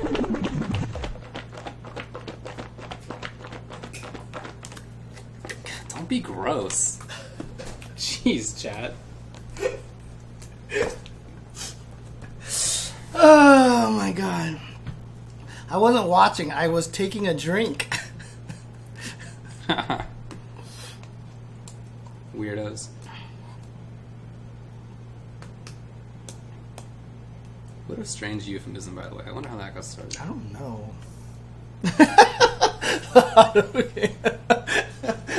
Bad timing, Rick. Alright, what do we got coming up next? We got... Is it the old discussion time? Yeah, it's the I believe 5e it is. stuff. 5e Alright, stuff. so let's see what the final result is. Well, we want to talk about this. Yeah, we on will. the I'm just stream. checking it out, man. Okay. Man. I mean, shout outs to you guys as well, by the way. You guys have been giving us... You were literally tossing your salad that time. It happened. Not that you weren't literally tossing your salad before. I definitely was. Man. But, I don't even remember what I was saying anymore. What were we talking about? Oh, no, sorry. I was saying that people have been submitting some really great topics. Oh, that's true. And I'm actually really sad that we're not actually going to talk about a lot of the ones that are listed here. So we'll have to figure out a way to, like, actually incorporate some of them in there or something. Or they'll just have to get voted in next time or something. Mm-hmm. So, but we'll definitely let you guys know what the other ones are so that you guys will be tempted to vote next time. Correct. Okay. Somebody clipped the audio, essentially. Audio being clipped. Nice work, That's Panda awesome. Milker. That's awesome. Tweet that to us, by the way. So, Yeah, that'd be cool. Yeah. Man. Salad is so great. You know what's funny? Whenever you eat the salad, it kind of makes me hungry for a salad, and I'm like, I good. should just go find one. But I don't know where you can go get like a convenient salad. I guess just at Trader Joe's or something like that, right? Salad was $3. Oh man! All right, I'll have to go run over there. Go run over there so I can toss some salad too. This is a weird time. My brother is sending me a picture from the trip he's currently taking on an Alaskan glacier. My parents are currently sending me the pictures of their vacation in Oregon. My other brother is currently sending pictures of his vacation in London. I was just sending them pictures of our vacation in Vienna. The Graham brothers I are don't know taking how- over the I world, don't know how man. this worked out. The Graham brothers are the Graham family are taking over the world, dude. Alright, you want to come back? Yeah. Are you all right now? Yeah, I'm ready. It's true. There is definitely some salad near me. Just watching you pick all the things off my table here. So Yeah. okay. Anyways, Alright. Welcome back to the show. We're now going to get to the portion called 5-5 Matchup. matchup. Yes. Where we discuss / debate / opine on. Since you're a lawyer, should we change it to a 4-6 matchup or 6-4 matchup? I don't know if it actually is a 5-5. Dang, okay, man. What are we talking about today? The first topic is a discussion that I've been having a lot on Twitter recently, which is I tweeted out that the judges, that Evo needs more judges. Okay. Right? And I said, here's a bunch of the cool things that you can get. And a lot of people were like, why don't you pay them? And I was like, this is a lot of cool stuff they get. I mean, it's not just like, here's like a $10 t-shirt or whatever. They get a track jacket. They get vouchers to the Mandalay Bay buffet, which is like $40 or something like that. They get their spectator fees refunded for them if they work 3 pools or more. That they get a free Sunday pass, right? So I'm saying, like, I think that there's a lot of value in this right now. I think that there's a lot of good stuff in there. So I don't think it's terrible right now, right? And a lot of people just started arguing with me that, people should start to get paid. And absolutely they should get paid. Okay. Absolutely, 100% they should get paid. But, like, here's the thing. I started thinking about it a little bit more, and I started having this conversation with a lot of people, and I think this is a really important thing to talk about, because judging is starting to get to a point right now where it's such an important part of a tournament experience. If you have the right pool runner, your experience for a tournament as a player can be vastly different than if you're someone. I've had someone told me that they did have an Evo judge. Just have it at Evo. It was a girl was like trying to complain about something about the way that the pool was being run, and the guy like turned to them and was like, "Honey, you gotta blah blah blah," like totally disrespectful, and and the guy got in trouble for it, and he basically by the judge. Yeah, the judge was like, "You're not judging any more pools," because he got reported. Oh, that was the judge. Yeah, that was the judge who said that. Yeah. So he got taken out. So, but what this has started to get to, what's starting to become interesting to me now is that I think they should get paid, but I don't think the infrastructure is in place for it right now. I don't think EVO has the infrastructure in place for it, because I think EVO has gotten to that point, and I've said this many times, where I feel like it's too big and too small at the same time, right? Because it's still literally like 4 guys trying to make a bunch of decisions about how everything needs to be done. That's the largest companies in the world are the same way. Yeah, I guess it's true. But I feel like they need to figure, because like once you start paying them, especially if it's EVO, because I still think it's a lot different, right? So a lot of smaller events, it's like, hey, I want to get paid for being a judge, right? Okay, cool. Here, let me take your name down. Just judge. Okay, here's cool. Yeah. But EVO, I feel like, is going to have to go with contracts. They're probably going to have to do a lot more contracts, because as soon as you start paying people... They don't have contracts? I don't think they do. They should. I don't know if they do. That's pretty plainless. Yeah. You should have some release form or something. Yeah, I mean, someone says that they've judged every year since 2016. Assignments are very loose. Yeah, and then availables, like no-shows or whatever like that. And see, this is not where... what I would recommend. This is... Right, and this is where the concern starts coming in, right? Because also another thing, too, it's not like EVO's like, hey, we need 100 judges. Like, they need hundreds of judges, right? Like, literally, they have, like, 900 pools or something like that to be run, right? So they just need judges, like... up like 1,000 pools that they need to run, basically. So it's not like, hey, let's just do this or whatever, and let's make... Like, I feel like what they need to do... Yeah, there are no contracts. So that's what someone in here is saying from here. So I feel like that this is going to change, right? If you start paying them. Because now, what if you pay a judge and they don't show up? Well, you pay them afterward. Right, but... What if you pay a judge and they turn out to be a jerk? What if you pay a judge and then they're the first time and they're like not capable of running it? Because Andy OCR told me the story that he ran an EVO pool because the pool runner literally had a nervous breakdown because they couldn't handle the situation. So what happens now is, like, I'm starting to feel like pool judging shouldn't be a volunteer thing anymore. Like, I feel like this needs to become a more formal... Sounds right. ...kind of position, and it shouldn't be volunteer stuff. And I don't think the infrastructure is in place for that right now. But this is something we need to start talking about. This is something that we need to get into the works here. Because commentary used to be free. We used to just jump up there and just whoever was on the mic, blah, blah, blah, but now it's become more official. I'm really starting to feel like, judges could show favoritism. Exactly. Like, there's a lot of things that can... But that already exists. Right, but... Money doesn't make that happen. The thing is, there's no accountability for a lot of these guys. Right? Let's say you go up there and someone calls you out for being a crappy judge, and EVO's like, well, you'll never be able to judge at EVO again. Like, you know what I mean? But, like, if they're getting paid and now it becomes a job and you have someone to report to and stuff like that. Sounds right.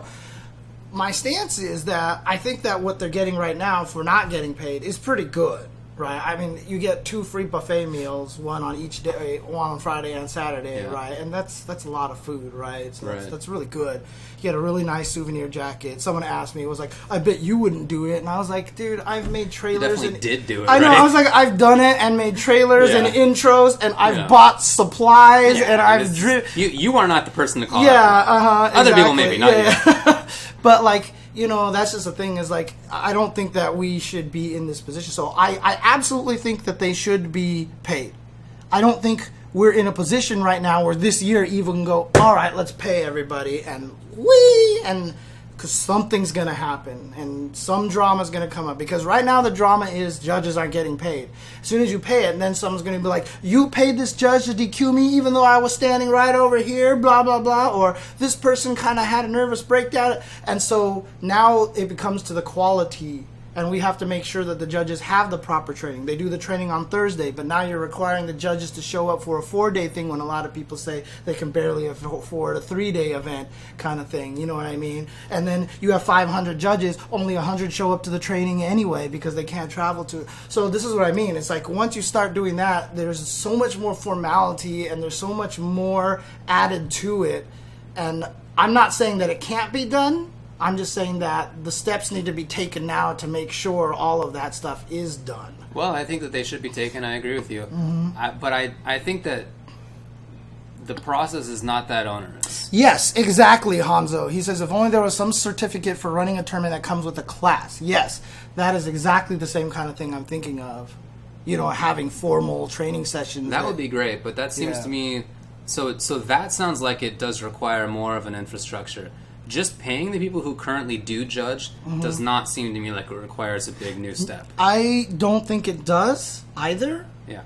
But the drama that paid judges and no guaranteed quality will be a problem. That's where I'm coming from. I'm not, maybe, but that already can happen and sometimes does. Right. So I don't know why it would be more frequent or worse if they were getting paid. Because money's involved now. And as soon as money gets involved, things shift drastically. Well, so I agree that they do tend to shift. I just don't think that it's that the case of a bad judge being complaint-worthy changes much because it's complaint-worthy now.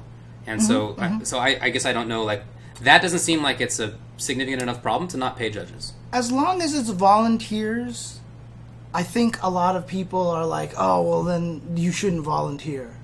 But if someone is actually getting paid money to ruin your tournament experience, to mess you up in the wrong place in the bracket, for me, maybe for other people. Yeah, but I think for a lot of people, they would get mad about that. You know what I mean? That's what I'm worried about. I'm not worried about the actual ability to pay them. I want something in place to make sure that we can lower the potential drama that could come out of it. And again, this is an EVO only problem, right? Other tournaments aren't going to have this. EVO is always looked at differently by everybody who is involved with it. It is different. Right? Yeah, exactly. And so I don't think other tournaments are going to run into this problem. Frosty Faustings is paying its judges. If Combo Breaker's paying its judges, I don't think if a bad experience happened, anyone's going to get mad about it or anything like that. But at the same time, I think that, I don't think they would get as mad. You know what I mean? I don't know. Yeah, I do think it would also be awesome if we just started getting pool runners that were like, well known. The professional class? Or not even professional, but well known. Like, what if you were sitting there and you're like, oh, dude, it's that guy running my pool. I'm confident now my pool is going to be run well. Like, that would actually be kind of sick if it got to that point. You know what I mean? That's hard to imagine. It's another. Cool. I think it's another good role for people to get into. Sure. You know what I mean? And I think that would be really cool. Yeah, so. I mean, like I said, it doesn't seem to me like it would be tough to just pay people who do complete a bracket well. Right. It doesn't seem like a big new thing. But anyway, yeah, I wish that they got paid more. Got paid. Yeah, absolutely. I mean, I'm glad that they got something. It should be something. Yeah, because I actually... Get paid, so what happened was, at Combo Break, I was talking to Andres about it, and I actually went up to Andres, and I was like, I think the commentators at EVO should get paid. The commentators? Not commentators, the pool runners. Yeah. I was like, I think they should get paid. Like, I actually brought this up to Andres, and he was like... Now, who's Andres? Nobody knows. Oh, Nothing XS. He's like the head TO of EVO, basically. Yeah. He's the guy who organizes a lot of stuff. Does a lot of stuff at EVO right now. Uh-huh. And he was like, we give him a really, really nice jersey or a track jacket. We give them buffet tickets. And I was shocked because I didn't know they got out of this stuff. And I was like, what the hell? I thought they got like nothing, right? I thought they got like, here's this catered box of food with this sandwich that you probably don't even like, kind of thing like that. And probably was true years ago. But he was like, no, they get a buffet. And I was like, what the hell? And of course, maybe it's just me, because for me, stuff is cool. I would love, like, every year I see the judges with their jerseys and stuff, and like I want to just go and steal one, just like so I can have it. But I'm like, I'm not a judge, so I don't deserve one, so I'm not actually gonna steal it. Anyways, yeah? no, just kidding. I'm kidding. What's this under here? Exactly. But like, I actually even went up to Andres and was like, they should get paid. So I was already in there, but then I didn't know they had already gotten so much stuff. He's like, they get Sunday passes if they work 3, and I was like, whoa, that's crazy.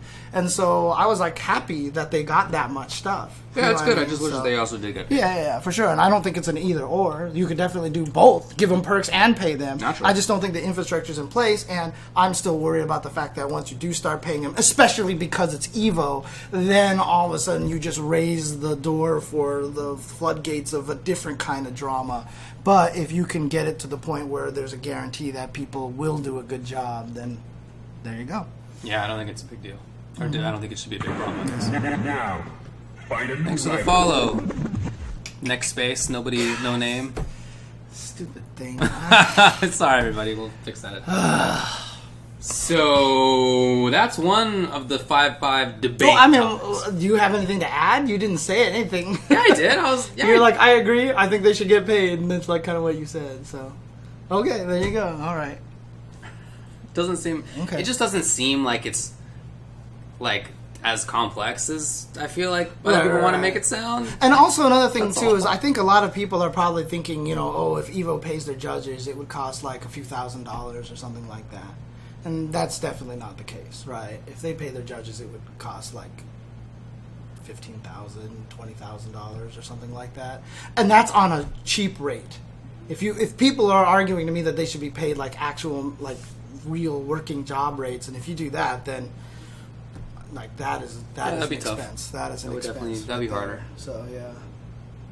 I got this 50-50 shirt from my friend Drew, aka Drew Face, aka Yes. Magoo Boy. From Canada. From Yes, Canada. yes. All right.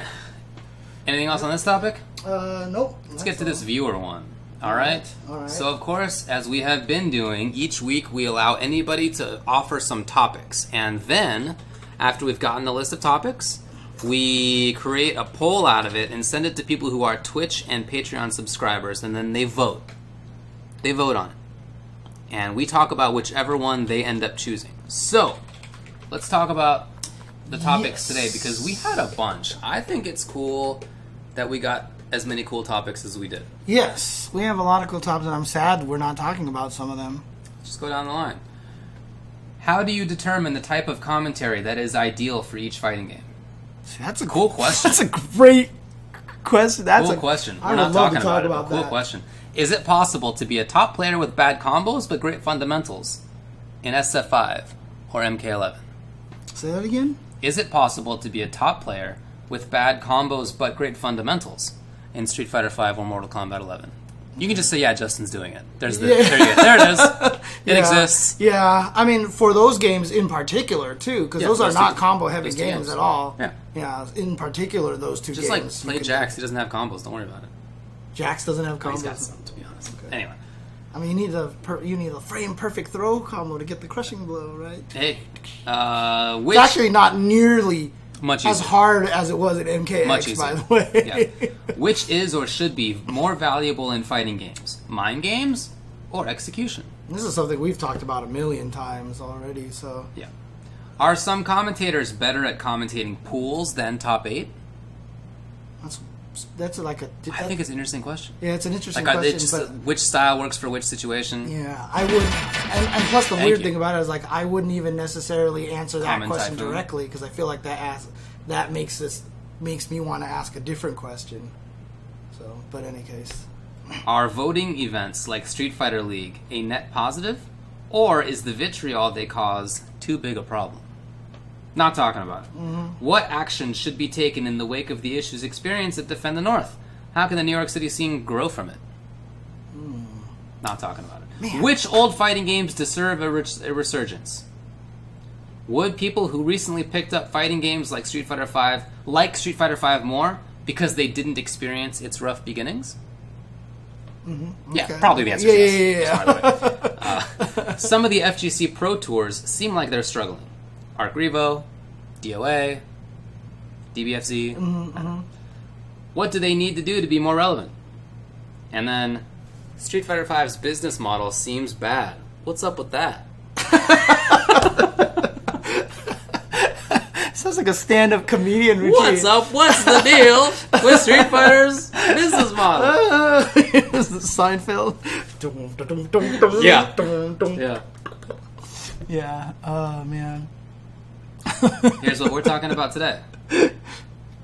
Which old fighting games deserve a resurgence? That's the one that won. That's the one that won. That's the one that won. Which old fighting games deserve a resurgence? What do you got? All of them. No, I'm just kidding. Okay. Honestly, I mean, just from what I was saying, I love what the Jazzy Circuit's doing. Yes. So Third Strike, Okay. I think, absolutely deserves it. Like, I feel like Super Turbo has done a great job kind of doing a lot of cool things. I mean, it's kind of struggling a little bit right now because it's just a lot of work for very little reward, you know, and it's hard. Yeah. You really have to be doing it out of a labor of love, which is kind of why I suggested the Jazzy Circuit and the ST Revival crew team up. I see. Because then they can actually share a little bit more of the, we can plan stuff together, you can share the load a Makes little bit sense. and stuff like that. And then, like I said, add MVC2 to that, because I definitely think MVC2 needs a resurgence as well. I don't think that game should have ever been stopped playing in the first place. Yeah. And it's one of the most hyped fighters out there, right? And then let's throw Vampire Savior in there, you know? It's tough, because I want them all to come back. Maybe not as much CVS2, but, you know, a lot of the other games I'm totally down for coming back. So... My answer to this question is that the games that deserve a resurgence are the ones that are making it happen. Yeah, So there's a very circular answer to this. If a game deserves a resurgence, it's because its scene cares enough about it to resurge it. Okay? So it's just like the games that are like Third Strike, Super Turbo, the Marvel games, SF4 is currently having a resurgence. Shanghai just won Sailor Moon S in Canada Cup last year. I mean, you know, KOF 98 he won a tournament for at the Neo Geo World Finals. Other random games, so like the games people play is essentially the answer. Does Bushido Blade need a resurgence? No. Right. Nobody would play it. 10 people would play it. Not enough to like have a scene. That's it. The games... They're running tournaments for Sailor Moon S. Like, we would have said the same thing about Sailor Moon S. It's just, any game can do it. Whatever. Honestly, Well, so, yeah. right. So the answer is the games that people care about. And I don't know anybody who really cares about Bushido Blade. I think a lot of us are like, that was an interesting idea. Right? Like, when you played Bushido Blade, you were like, interesting idea. Put the controller down. Right? Like, isn't that it? Yeah. So there are some other games that I care about. How many people in the chat right now would enter a Bushido Blade tournament? Okay, wait. First question. How many of you have even heard of Bushido Blade? Okay, this is a better start. But here, the real question is, how many of you would travel to the next major for a Bushido Blade tournament? Right, okay. Nobody. Yeah. You would not.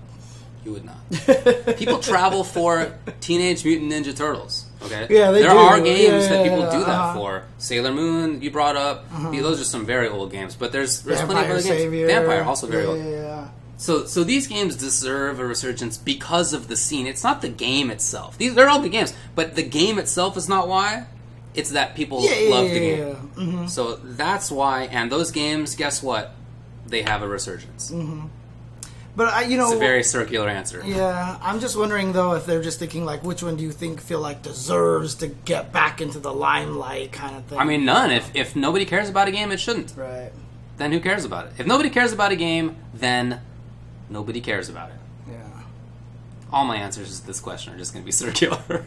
Because I think the question itself kind of like answers itself. Which games deserve a resurgence? The ones that have resurged. That's the answer. Right. To me. No, it's true. It's true. Okay, so let me ask you this question then. Let's remove factuality from it. Okay, so if we remove the game's scenes, is that it or what? No. Okay. I'm going to ask, which game do you want to see a resurgence if you are selfish enough to say, snap your finger like Thanos' glove, and then that scene would have a resurgence because all of a sudden everybody would be like, I want to play this game. I'm traveling to play this game. If you could If I had magic, basically, if you yeah. had Thanos snap your ability to research any game, which one would you want? I would pick Street Fighter 3 Third Strike. Man, okay, that's not the one I was thinking of. Okay. I would pick Super Street Fighter 2 Turbo. I would pick the games that I loved. Right, and yeah, guess yeah, what? yeah. Those are the games. There's plenty of other games that I've played over the years. I've played a lot of different fighting games over the years. But I'm not going to be like, Arm Joe should get a Resurgence. Nobody cares about that game. But you could make everybody But care I don't about care. that game. In saying nobody cares about it, I mean I don't care enough about that game. The games that I like are the games that it happens that other people like, and they have Resurgences. None of you played Arm Joe. You don't know what that game is. I thought you were going to say Street Fighter Cross Tekken. Because nobody plays that. That's and not you true. do care about it. I thought it was a good game. I watched the tournament at, oh man, now I don't remember, but it was not that long ago, this year, where there was a tournament that had Cross Tekken, and I watched it. Okay. And it was okay. Oh, was it CEO? CEO had it? Was it CEO maybe? Okay. It wasn't long ago. Balls. None of you knows Arm Joe. You don't know that game. Get out of here. I don't even know what Arm Joe is. See what I'm talking about? See what I got to deal with, everybody? You see what I got to deal with out here? Oh, man. Cyberbots, man. It is indeed the Les Miserables fighting game. Okay, I've heard about the Les Miserables fighting game. I didn't know it was called Arm Joe. Why is it called Arm Joe? I don't know, man. Oh, okay. Whatever. I've heard about that. Is that a real game? It is a real game. It is a real game. And back in the day on the Sure You Can forums, I don't know if these posts still exist, but I did a lot of the work to figure out what the cool combos and like internets Jean were and stuff. Valjean is fighting Cosette and stuff like Exactly, that? those are characters. Thenardier's in there. They're all in there, buddy. Wow. It's terribly balanced. The bunny character has an infinite where he just presses light kick over and over again. Of course, yeah. You know, that exists Okay. in there. Okay. Oh, Arm Joe is a pun in Japanese. Okay. Oh, very interesting. Thanks, Dashnell Chris, who says Les Mis' Japanese title is Mujo, which can be you can romanize as Arm Joe. Okay. Arm Joe. Gotcha. Okay, Arm Joe. There you go. That's a funny pun. I never knew that. Nice. What do you want to come back? If I had to pick any game to come back right now,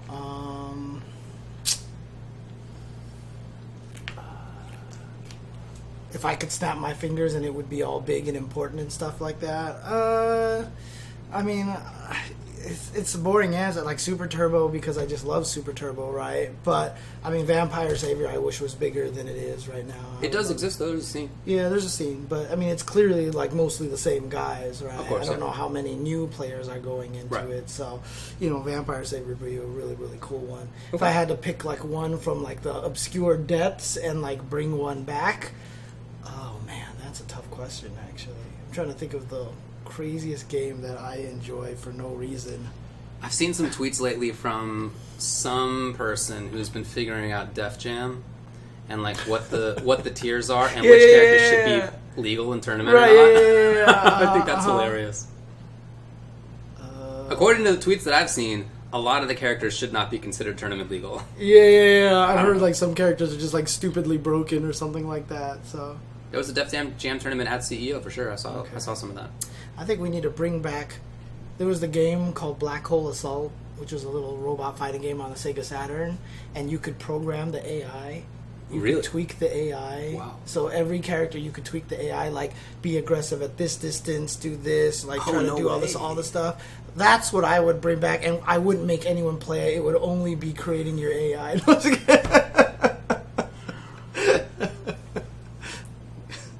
Be funny. Yeah, seriously, sometimes we would program it and the robots would just sit there and do nothing and you're like, dude, was like I had mine was like winning, and I was like yes, and I was like let me tweak it a little bit. I tweaked it, and then it stopped doing anything. That's great. And I was like, what did I do? You remember in the early days of Street Fighter V, might have been the beta, when we happened to run into Tool Assisted's bot while we were playing online, and I solved it by taking no actions at all, and it didn't know what to do. Yep. Oh man, Oh, that was great. that's awesome. Those were the days. That was a lot of fun. Yeah. I like lost in the first round because everything I did obviously it reacted to. Right, and I was yeah, like, "This is a computer," and I just let go of the stick. Yeah, I know. You just like It walk stood back there. and forth, and that was it. So It was very funny. God, that's like the MK3 computer, dude. The way you beat it was by doing nothing. You had to hit it and time out. Like make it block one thing and then just do this until time ran out. Because the MK computer was the dumbest thing ever. It was like, pretty dumb. Here's Liu Kang. He would stand there and you left the floor for a pixel jump air fireball. Like you're fighting against Jade. I'm going to throw a first pixel of throwing for turn projectile invincible run up boom boom boom boom boom. Like they just oh, it was the dumbest AI ever. And then like towards the end, like of fighting against you had to beat like 2 computers in a row and all. It was just like it was the dumbest thing, dude. Oh god, that stupid MK computer. Anyways. I know the solution to beating the Mortal Kombat 11 computer. Oh really? Yes. What is that? I'm afraid I can't tell you. Just in case there's another Towers event, and I get to enter and win $35,000. Wait, you can win $35,000 in tower events? Yeah, man. This past Tuesday, there was an event that was giving out $35,000. Now, each individual person didn't win that much, but that was the prize pool. You didn't hear about that? I told you about that. Oh, I maybe you did. definitely Maybe you told did. Okay, I think I was just That was the forgot thing. it, so yeah. But I know what it is. And what's funny is that when I tweeted that I knew what it was, another player who is like another old school player DM'd me, and he was like, "Hey, is it this?" And it was. He was right. Nice. Okay. Oh, yeah. was it the Twitch Rivals thing you were talking about? It was. Oh, I thought that you said a tower event.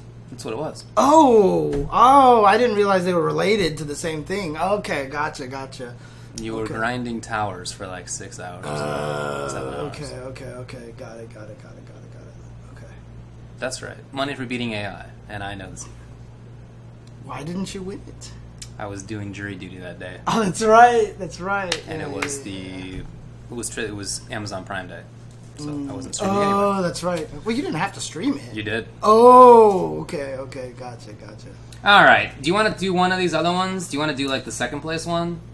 The second place one, which is Street Fighter V's business model, is Street Fighter V's business model seems bad. What's up with that? That one got 17% of the vote, but another one that got 17% of the vote was, how do you determine the type of commentary that's ideal for each fighting game? See, I like that question. I like that question. I like that question a lot. I like that. That's second place. Do you want to just answer that? Yeah. You know what we should do? We should also, despite the viewer ones, we should have a vote and just be able to pick one every week. Genius. So the viewers vote for one, and then we just pick one that we like that wasn't voted on. It's like we're running the show. Yeah, exactly. I did not get chosen for the jury. I was on the jury selection committee. Whatever. That was phrased wrong. But I was part of the jury selection group. They bring 55 people into a room, and 12 of them get selected. Mm-hmm. And I was not one of the 12. Okay. That's all. But I still had to be there. That's actually not true, Cone. There is a bustling side street. My cat is attacking the Dimitri picture. Well, how do you determine the type of commentary that's ideal for each fighting game? The way that I do it nowadays is I try to figure out how a game feels when it's played. Okay. And really emphasize the feelings that you have when you play the game and the decisions that you have to make. Okay. So that's why I keep saying for something like SamSho, when you play the game, it's very tense. Like it feels like a lot of not when you're using Tam, okay, but I will not interrupt. It's a very tense kind of game, especially like when people pop Isen and stuff like that, and people are like worried about things, and like I feel like that's how you have to commentate that game. Marvel, you can't sit there and try to explain things a lot because it's just very frenetic, and things are happening all the time. So I feel like trying to explain things doesn't work very well. Street Fighter is a very kind of decisions at that moment kind of thing, and so you'll kind of have to describe what the players are thinking. Basically, I try to highlight what it is about the game. So that's why when I wanted to do KI commentary, I really wanted to focus on not trying to combo break or I would listen to commentators and someone would not combo break a combo and they would just take the hit and they would never say anything about it. And I was like, that's a mistake. Like, you should absolutely mention this guy chose not to try to break. That's important information for the player. Maybe he's baiting him to try it again later on so he can break it when he needs to, et cetera, et cetera. So that's how I determine it. Is I try to see what's important in the game and I try to match the pace of the game. I guess I treat it similarly. I think about the rate of decision making. How often do you have to make an important decision? Some games it's not that fast.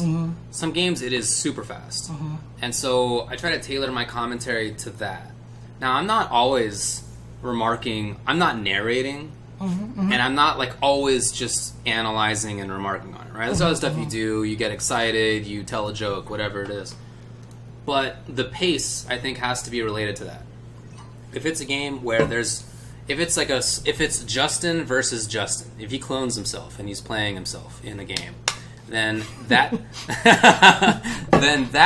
that commentary has to be treated differently than if it's two, Kane Blue Rivers in Marvel 3, where it's just and they're just doing some of that, right? Right. You have to treat it differently. And to me, what is the thing that should be treated differently is the rate of decision making. How often somebody needs to make an interesting choice. If they need to make a choice more often, then I don't get to say as much each time. Yeah. Right?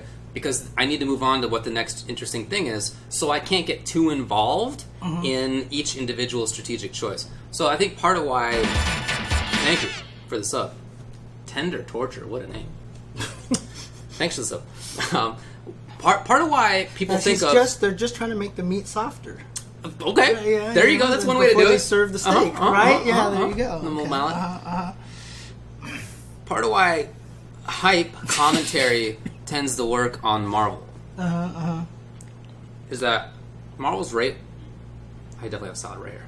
Okay, it's killing me. Do you need a toothpick or something?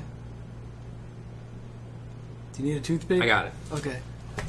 Part of why Marvel's commentary works as just hype is that you don't have time to talk about each choice strategically. You can't analyze it while things are going on.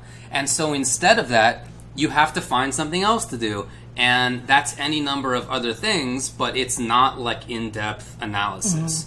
Now, there's time in Marvel for in-depth analysis. That's what I used combos for. Combos were basically time. I hated how a lot of people used it. Well, it's time to watch the movie again. I thought it was so dumb. But there were ways to use it that were good, which was to do the things that you couldn't otherwise do. Yeah, as soon as the combo starts, but that decision he made. Here's what's probably going to happen next, right? His next upcoming decision. There's plenty of stuff to talk about. And if you want to just tell jokes, that's another thing you can do with it. But don't just be. I'm going to watch. We've seen this movie before. Oh, all right. I hate it. But if it's Justin versus Justin in Street Fighter 4 or whatever, some slow game, then you have all the time in the world to talk about each individual interesting choice. You can't get boring with that, but that you do have sort of as much time as your heart desires to be like, yeah, he pressed medium kick in this situation right here. Let's talk about it for 30 seconds. You got plenty of time. I know. I still think that two of our best commentaries ever were when we did the Justin Snake Eyes match in Street Fighter 4, the Rufus versus Zangief match for the 25th anniversary. Yeah. Because everybody at home was like, wow, that was a great match. Everybody at the venue was like, this was the most boring match I've ever seen in my life. Right? And I think it was largely because we helped with the narration of it, And then also... There's so many cool things to talk about. Also, I thought the Justin versus Problem X match at Capcom Cup last year, I thought we did really good with that one, too. Because that was timeout, and we helped make it exciting. Because we can appreciate that kind. Right, exactly. And the decision making, like, oh, but again, that's that kind of thing. Like I was talking about with the Samurai Showdown thing, because maybe it's a little bit slower sometimes. Like you can bring out that tension a little bit more, which is what if I commentated Justin versus Problem X, I wouldn't be like, see, here's what's happening here, or I wouldn't be like, oh wow, look at this crazy thing. Like I would be more like, oh my god, he's he's so close. Oh, whispering is important.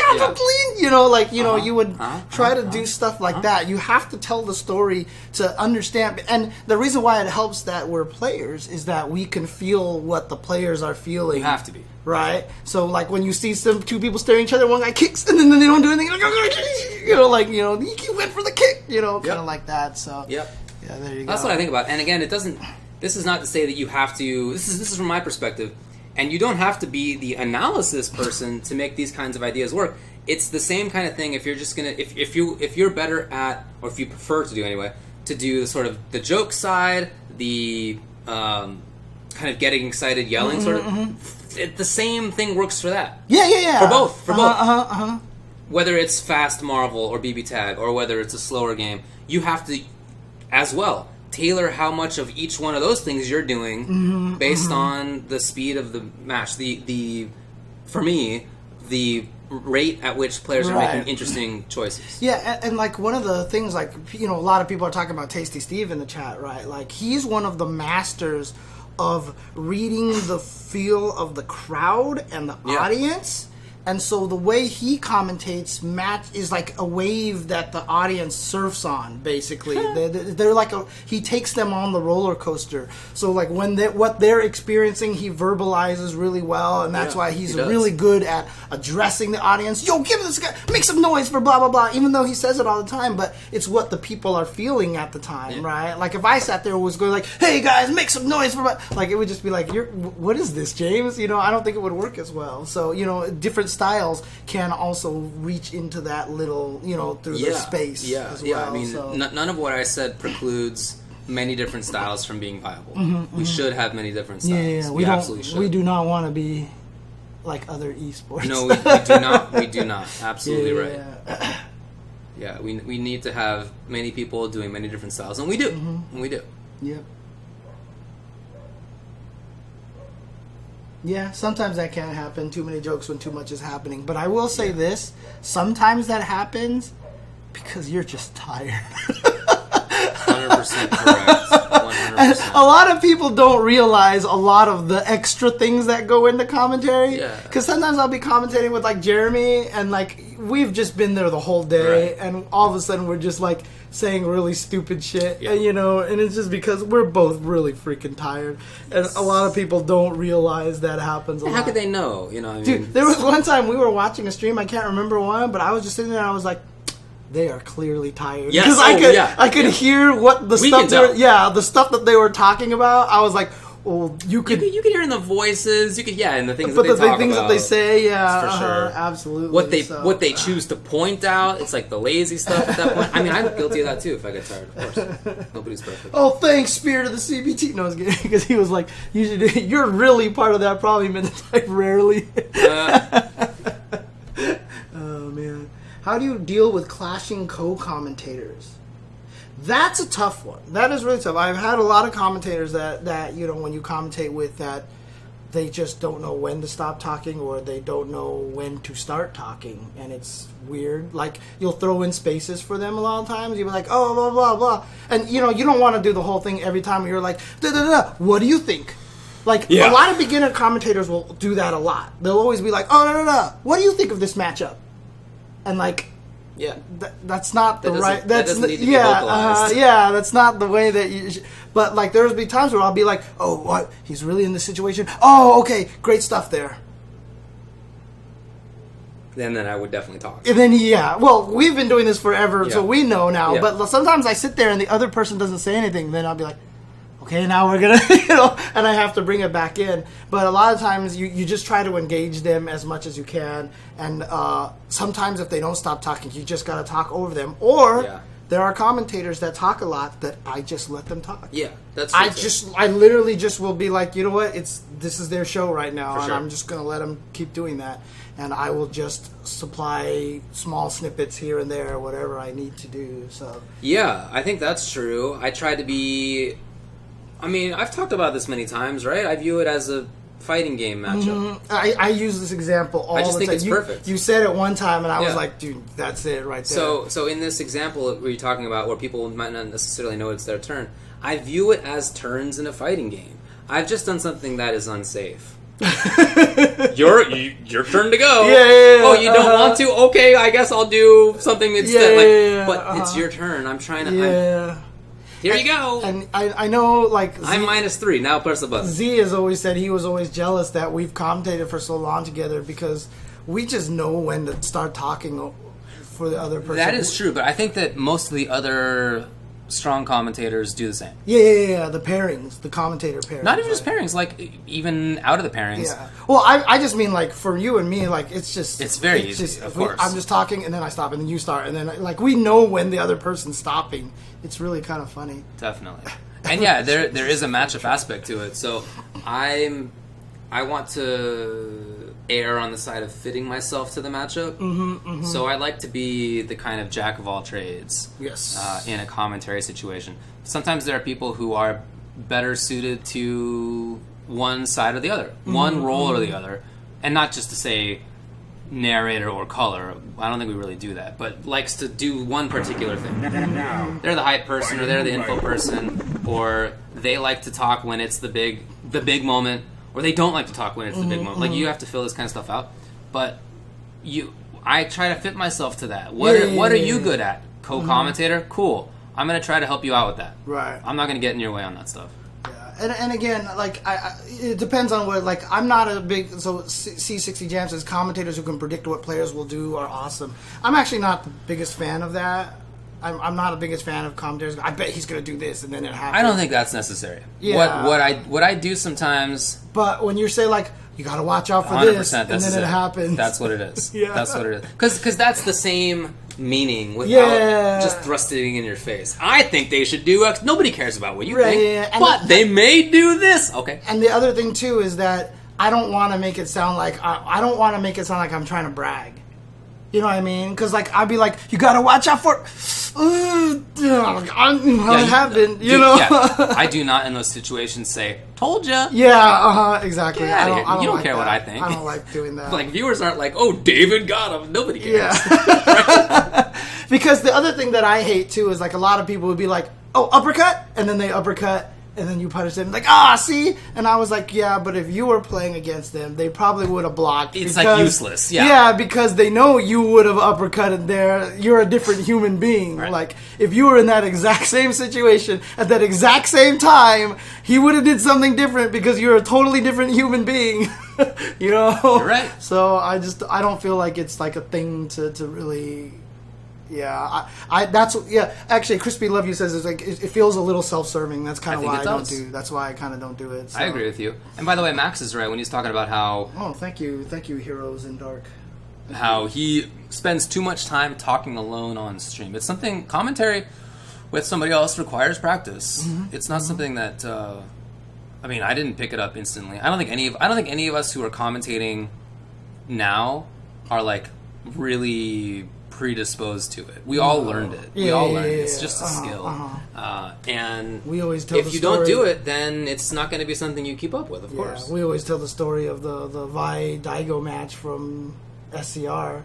And I remember after it was done, we were like, God, our commentary was so good. We were like so proud of our that was so exciting. We were pointing out all these cool things, and we go back and watch it, and it's just like, I'm just going, the whole time, and I'm like, what is happening What is this? here? Why do we do this? Yeah. I think the only person who is naturally suited to any of it is Steve doing hosting duties. That's it. Wait, say that again? I think the only one of us who is naturally suited to our role, who just like picked it up and was got it, is Steve doing hosting duties. He's just, like you said, he's just so good with the crowd. Right, he feels the wave He's of the only people. one. Everybody else has learned it. That's how I feel. Although, like I said, I really thought Rip was really good for Street Fighter League. He was great. Yeah, I thought no he doubt. was really, really great. But But Rip has also been doing it for many years. Yeah, it's true. It's true. I don't mean to say any of us is not doing a good job. I just think it's a skill rather than something that was just born. Right. What did Max say here?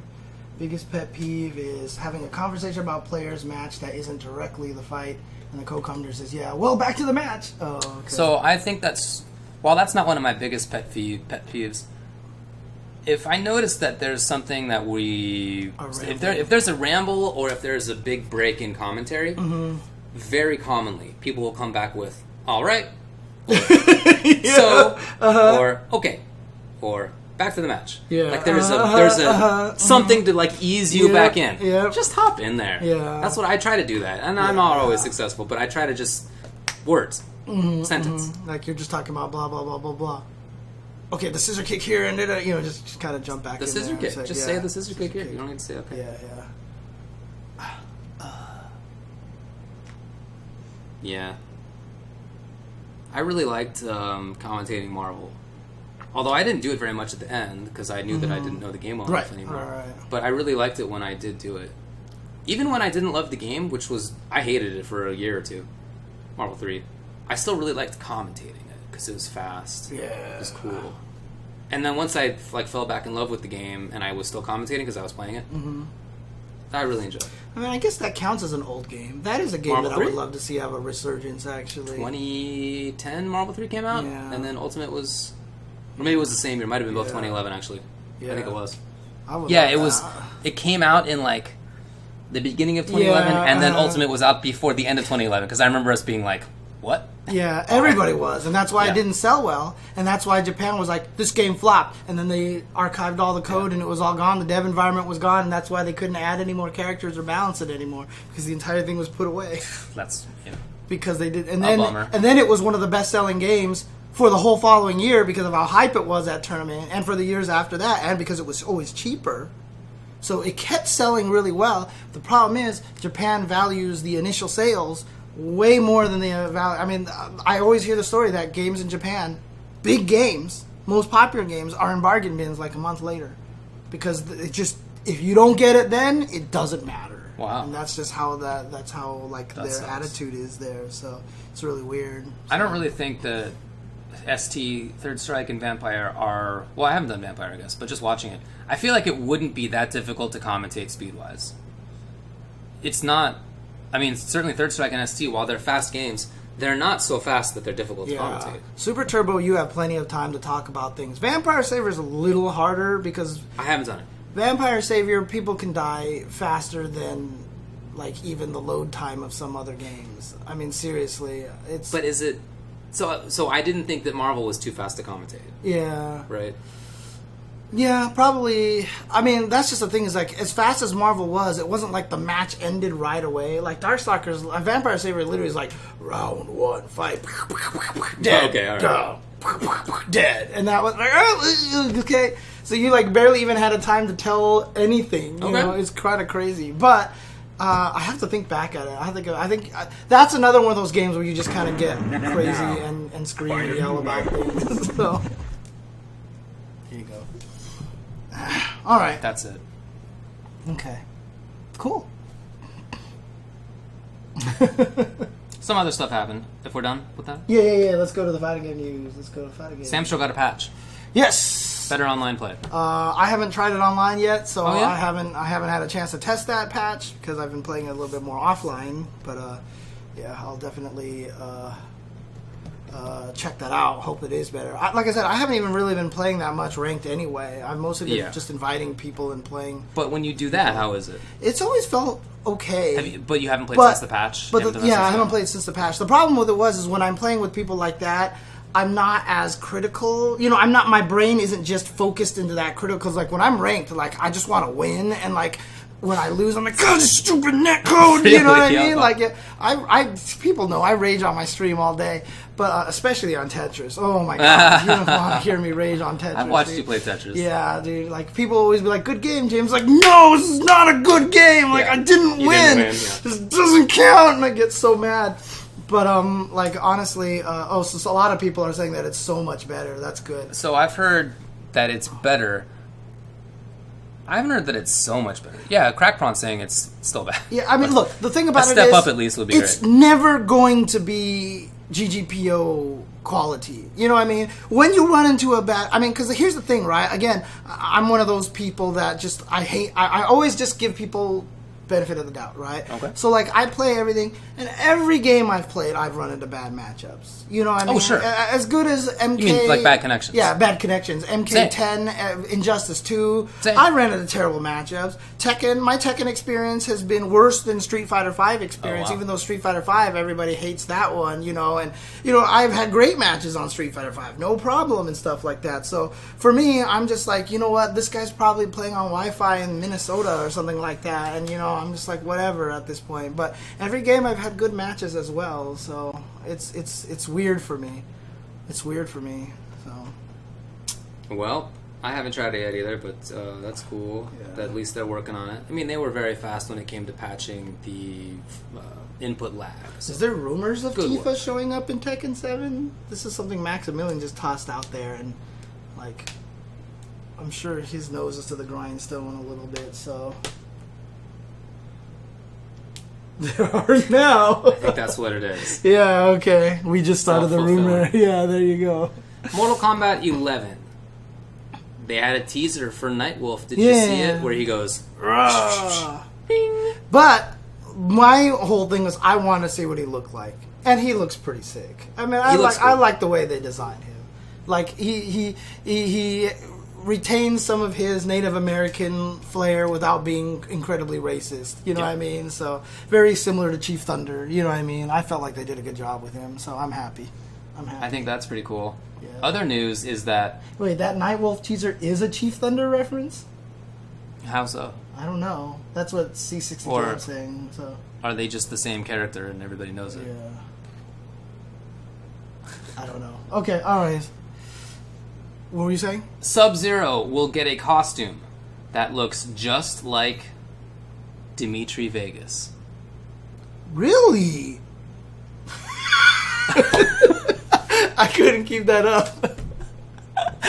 I have no idea who that is. They showed a side-by-side picture of the face, and it's just Dimitri Vegas. And so this is a European DJ. Oh, okay. He did the mix of the theme song, so there's like a connection here. Okay, and apparently he's a big fan of the game as well. Oh, okay. But that's quite a promo.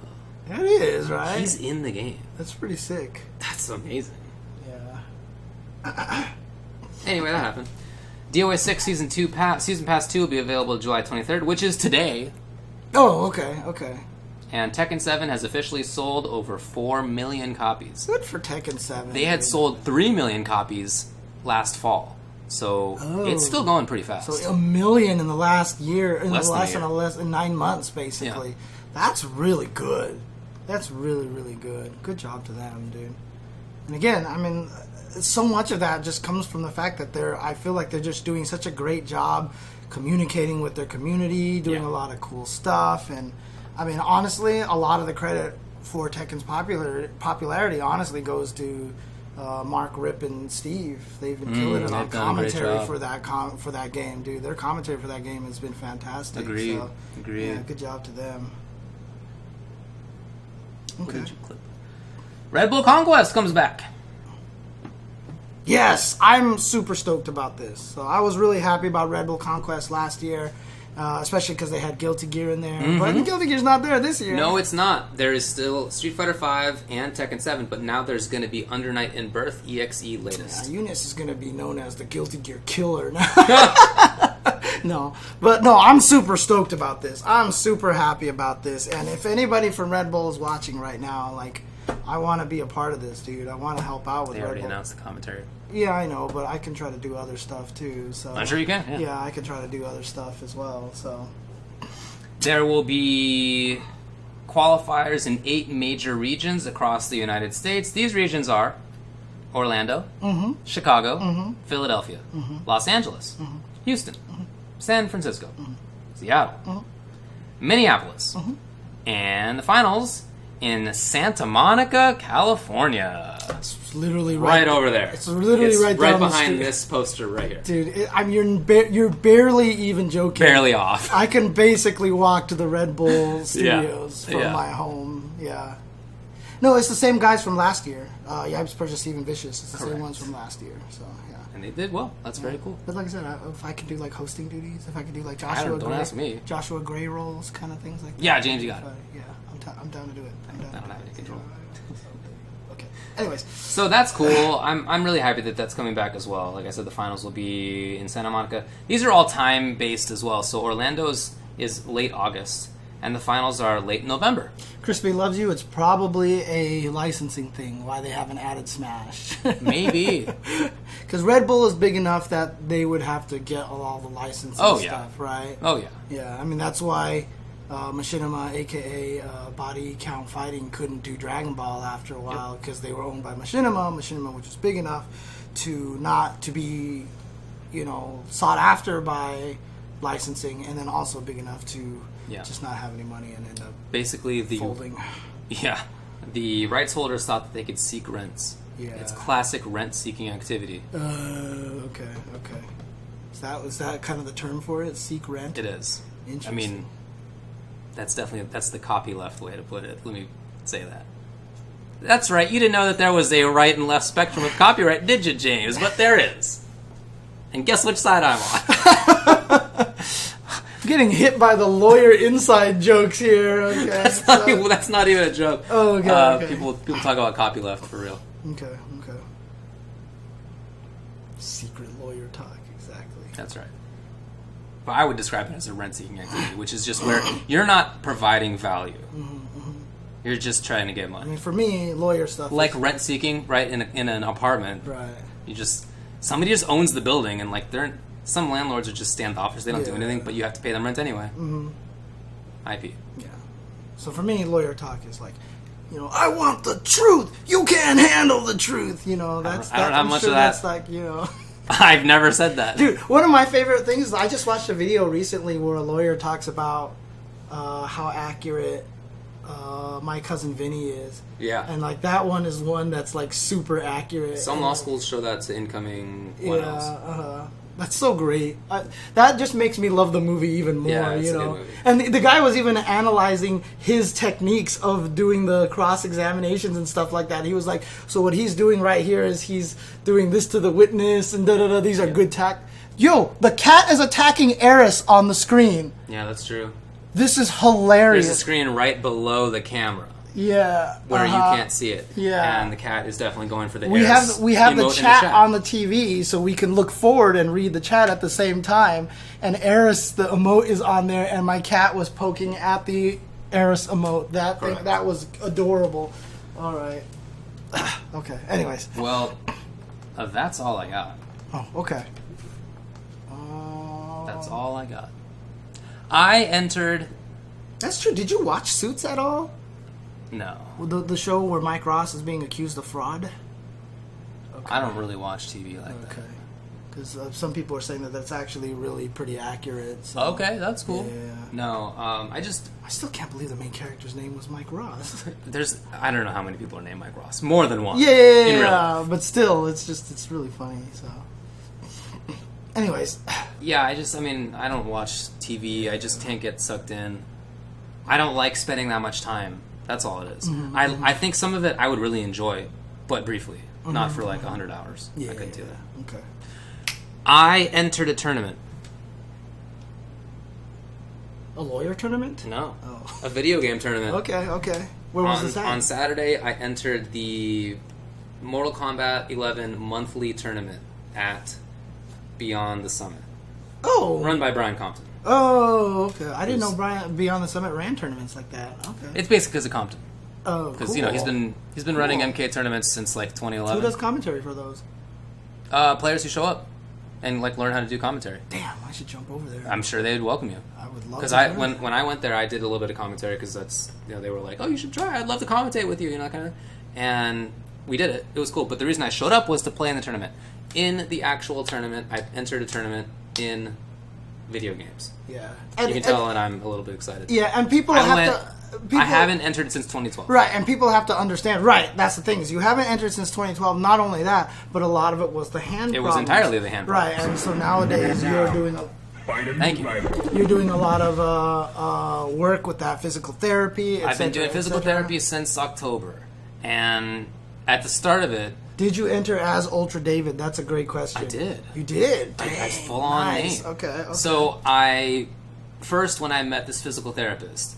One of the things they want to know is what are your goals? And not just like what's your practical goal. What is like everything goes the best. Yeah. High in the sky. Okay. So my like normal goal was like, I don't want my shoulders to fall out of their sockets. And then my secondary goal was, or my like ultimate fantasy goal. Yeah. I want to play video game tournaments again. Right. And I didn't think that would happen. Yeah, I had no expectation of that. And now not only are my shoulders still in here, as you can see, look, they're attached. Also, I have enough hand control that I can do that. Now, it's not 100%. I can't... I still notice some things that are wrong. But it's so much less than before that I feel that I can enter without feeling like I'm frustrated constantly. So I entered this tournament, and I won my very first match that I have played in a tournament since 2012, and I won it 3-0. It was so great. Did you turn to your opponent and go, "Yo, I haven't won a match since 2012. That's so great that I actually won a tournament. My hands like could barely work, and I beat you. Oh, and I beat you 3-0. Oh, thank you." No, I did not. Okay. So I went 2-2. Whatever. I didn't think I would win the tournament or anything, but still, it was awesome. I lost to Paul B, who's in this chat. I saw him earlier. GG's. That was a lot of fun. And I lost to Chico. But how nervous were you when you were playing? You know what? Not. Oh, interesting. It felt like normal time. It felt very normal. And it felt like it was not 7 years. But that was good enough for 9th place, though, right? Yeah, it was just a little. Okay, yeah. good job. I got 9th, yeah. Yeah, good stuff. Now, there was definitely rust in my decision-making. Like, I could feel at times that I was, like, doing things, and I was like, why would I do that? I shouldn't jump again. That was bad. But that's the kind of thing that you get over after having played more. It wasn't nervousness, though. It was just rust in decision making. Yeah. So I got some work to do on that front. It's not my goal to try to win a major or anything, but I do definitely want to continue to play and enter tournaments and have that side of my life back. So that was a big thing for me. Very happy with that. GG's everybody. That's awesome. Good stuff. I'm really glad to hear that, actually. So. Yeah. So that was my weekend. Okay. This weekend there's actually going to be a tournament in Japan run for Samurai Showdown. Okay. Seems like a pretty big deal tournament. Okay. And Z tweeted out, "Hey, anyone want to restream this?" And I said, "Yes." Okay. And so I'm apparently going to try to work with him. And on Friday night at like 9 p.m. to like 6:30 in the morning, I might try to restream. James 10 hours. Yeah, exactly. So it's not a problem for me. Do it. That's why I was like, I'm totally in there. Uh-huh. So I might try to restream a Samurai Showdown tournament from Japan and do English commentary for it. That's awesome. And I'll probably get Olaf to join me for that. Oh, that'd be perfect. Yeah, exactly. So I think that'll be really, really cool. I think that'll be a lot of fun. And like I said, I played a bunch of SamSho this past weekend. It's really, really fun. Really starting to figure out... that's a good question. I'll probably restream it on my channel, but it'll be hosted here anyway, so you could watch it on either one of them. The tiering is really starting to solidify itself pretty heavily in this game. So, which is why I posted up a tier list, which is like the first time I've ever done that, like on Twitter ever. Like I've never actually posted up tier lists. Like I just never feel like I want to. I just want to put that out there. Yeah. You know what I mean? But this one I feel very confident in. Okay. So, yeah. Well, I'm sorry to hear that you have hand problems, Shayon. That sucks. I hope that gets figured out. I mean, I don't know how applicable my situation is to other people. I don't know how often people kind of can regain at least some control over their hands. I don't want to paint myself as having Parkinson's or anything. Like, it was never that bad. Yeah. And I did play games during that time anyway, but it was frequent enough errors that it just wasn't worth playing competitively. What did you make people think of Bone Picker? So I was playing against Chico, who's one of the best players in SoCal in the tournament. He beat me 3-2, and 3-2, and he had to switch away from Scorpion to his main of Aaron Black. So he tried to play his secondary on you for fun. I don't know about for. I don't know why I didn't ask, but whatever. And I was like, "Hey, this character is pretty good, right?" About Bone Picker, and he was like, "Nah." And then afterward, he was like, "Dude, you had me sweating. I was respecting in neutral. I never do that." Well, it's a good character. Yeah, dude, I still think Bone Picker is highly underrated because I just think NRS players probably, because of the history, they value certain things and they don't recognize the strength of what Bone Picker can bring to a neutral game. Yeah. Because Bone Picker's neutral is not the same as a lot of others. He doesn't put you in a vortex. He's got a vortex. Grab is a vortex. But it's not like combo. So they don't see it as like the combo knockdown vortex. It's literally, he's like more like Fuerte. He's kind of like Fuerte, where I feel like it's a lot of it is like singular hits and stuff like that. It's not a lot of damage. Yeah. 200 damage at a time, basically. Yeah. So, anyways. Or less than that. Yeah, I mean, I don't think that I think he's not top tier or anything, but I do think he's pretty good. And there are some matchups where I think the other one's better. Yeah. The other Baraka. Yeah. But, I was talking to Samij in chat one time, and I was just telling him, I was like, this was on like a stream, I can't remember. I was like, hey, I really like your katana. You make me want to play her, blah, blah, blah, blah. And I was like, I tried playing her, and I was like, she's really tough. I have so much more respect of what you do. Yeah. And someone responded in the chat, and they're like, well, every character's tough for you, James. Ha ha ha. And I was like, except Bone Picker Baraka. right. He's like, I went online, I won like 9 out of 11 matches, and he just laughed. He was like, fair enough. That's funny. Yeah. Oh, man. I put out a tier list. It's true, though, because they are all tough for me right now, but, you know. After watching enough of, I've played like 7 different characters now. Yeah. And I've kind of fallen off away from it enough that I think it's time for me just to solidify down to who I want to keep playing. Yeah. And honestly, it'll probably be Kung Lao and Liu Kang, who I'm going to stick with choices. the most. Yeah. And I mean, Kung Lao, when I watch Foxy Grandpa, I mean, his Z-Hat use inspires me. Like, I need to improve my Z-Hat. Like, he'll clip people, but then he'll meter burn it and juggle all of a sudden off of it. And I'm like, God, I'm not even... Like, I never Z-Hatted, and when I did, I never meter burned it and all this stuff like that. And then Liu Kang is just so straightforward and very simple that I would probably just go with him, too. So, there you go. Yeah. Well, my knees are starting to fall off, so that was what the physical therapy was about today that I was all sweaty for. Oh, really? Wait, what? It's sad. I mean, I just have this hypermobility issue, so it's going to happen in all my joints probably. Oh, my God. That sounds awful. They're not going to fall off, right? Right, But they do move side to side too much. They just naturally... It's always been like that. Do you want to see? No! Okay, all right, fine. But they move side to side, and they're just starting to become unstable, so I'm learning new exercises to do that. And I think what will end up happening is that I'll just have to have a full body routine to, like, have a body. Right, man. Tell you, man, the human body sucks, dude. I'm surprised people can even manage to get anywhere, you know, or do anything. It's crazy. Dang, you can rotate your left foot more than 180 degrees counterclockwise? That's hilarious. Oh. I can't do that. That is definitely one of those party tricks that you go, hey, everyone, check this out. Woo! And you're like, ah! You know? I wonder, actually. I might be able to. I gotta try this later. Because I can definitely rotate a lot. And you know, so this is your knee, right? The elbow, right? I can definitely, like, move it circularly. And also it goes backwards and it goes side to side. So imagine like my elbow bending, instead of like this, it bends like that. It definitely does that as well. Not a lot, but like some. It shouldn't, to be clear, but that is what it does. So that's why I'm having to do more exercises. And yeah, I figure at some point it will be my elbow and it'll be my ankle and it'll just happen everywhere. How excited are you about all the new MCU announcements? That's pretty cool. Yeah.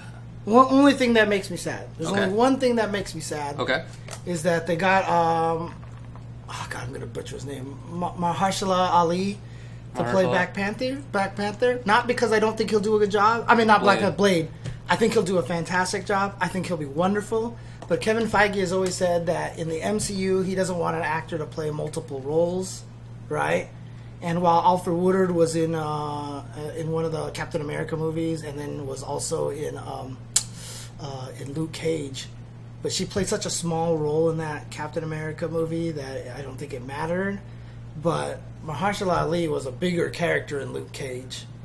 And so that just means Kevin Feige really just doesn't care about those Netflix shows, and that makes me sad, because those Netflix shows were awesome.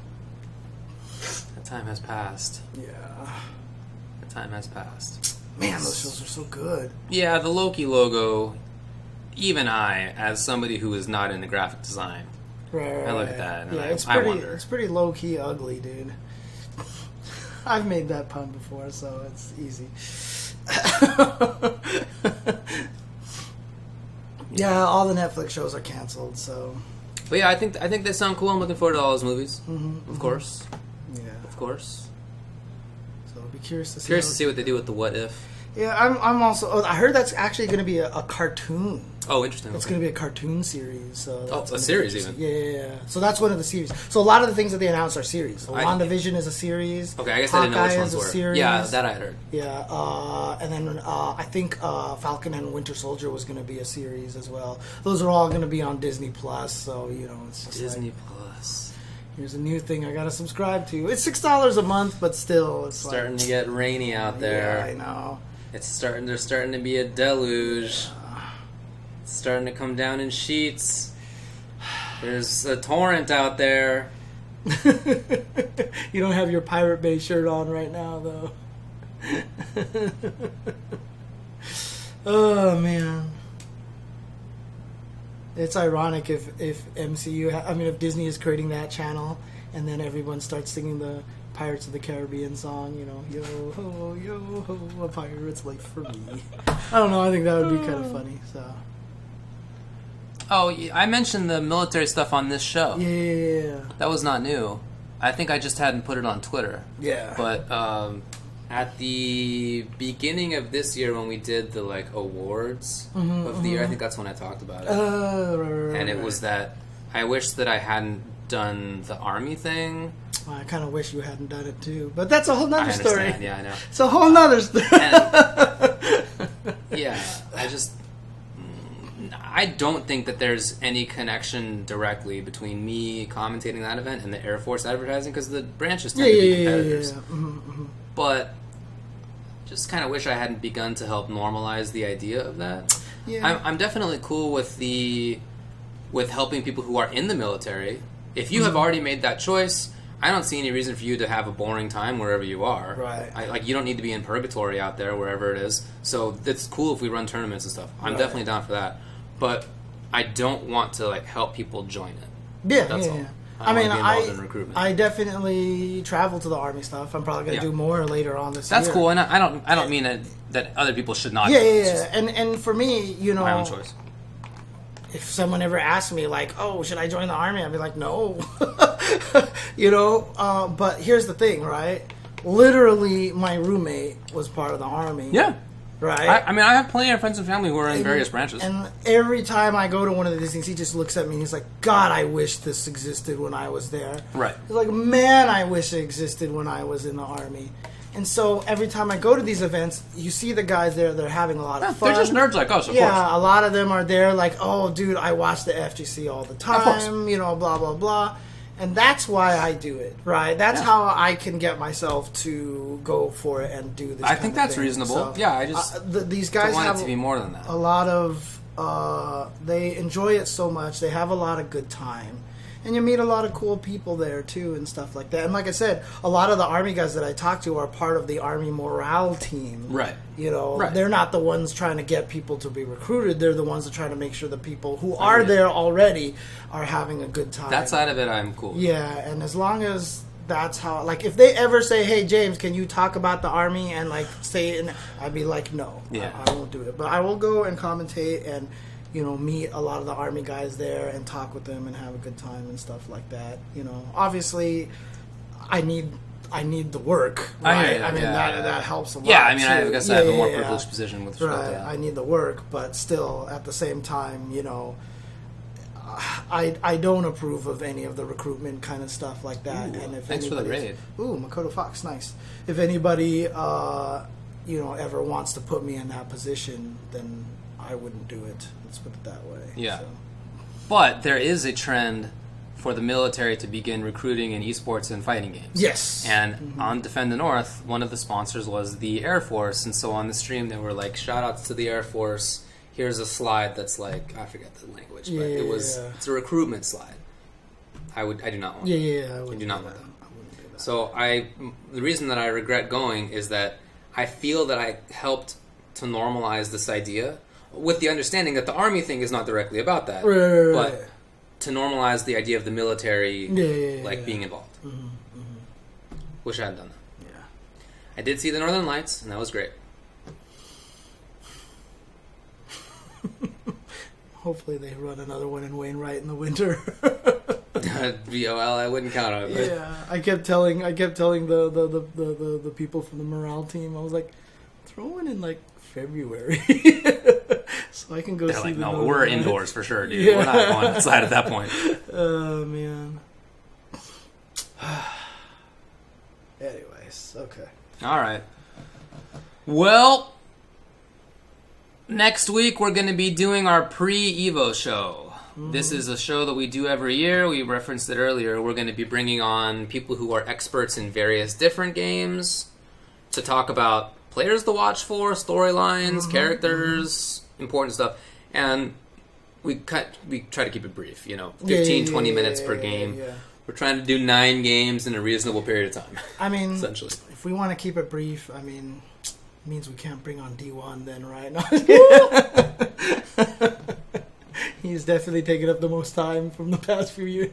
He's good at it though. That's why. He will talk, and it's like interesting to listen to him. Yeah, absolutely. So yeah. All right. Okay. Anything else? Nope. I think that's good. I think that's all I have. So. All right. Alrighty, guys. Thanks for watching again. I'll be streaming the Samurai Showdown stuff probably on twitch.tv/jchensor later on Friday. If it works out, like I said, no guarantees yet. Okay. I'm working with Z on it, so we'll find out. So cool, man. Hope it works out. Yep. Same here. Alrighty. Where is it? There we go. We will have guests, yes. Ooh.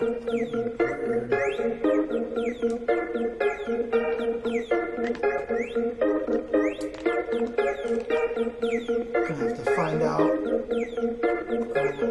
a nice bird emote. If anybody has any funny pictures of a bird that they think would make a good emote, please send them my way. So I can anybody have any bird pictures on their hard drive? Is Sanchez in the chat? I just mean like they could surf the internet, like if they just have a memory. You know what?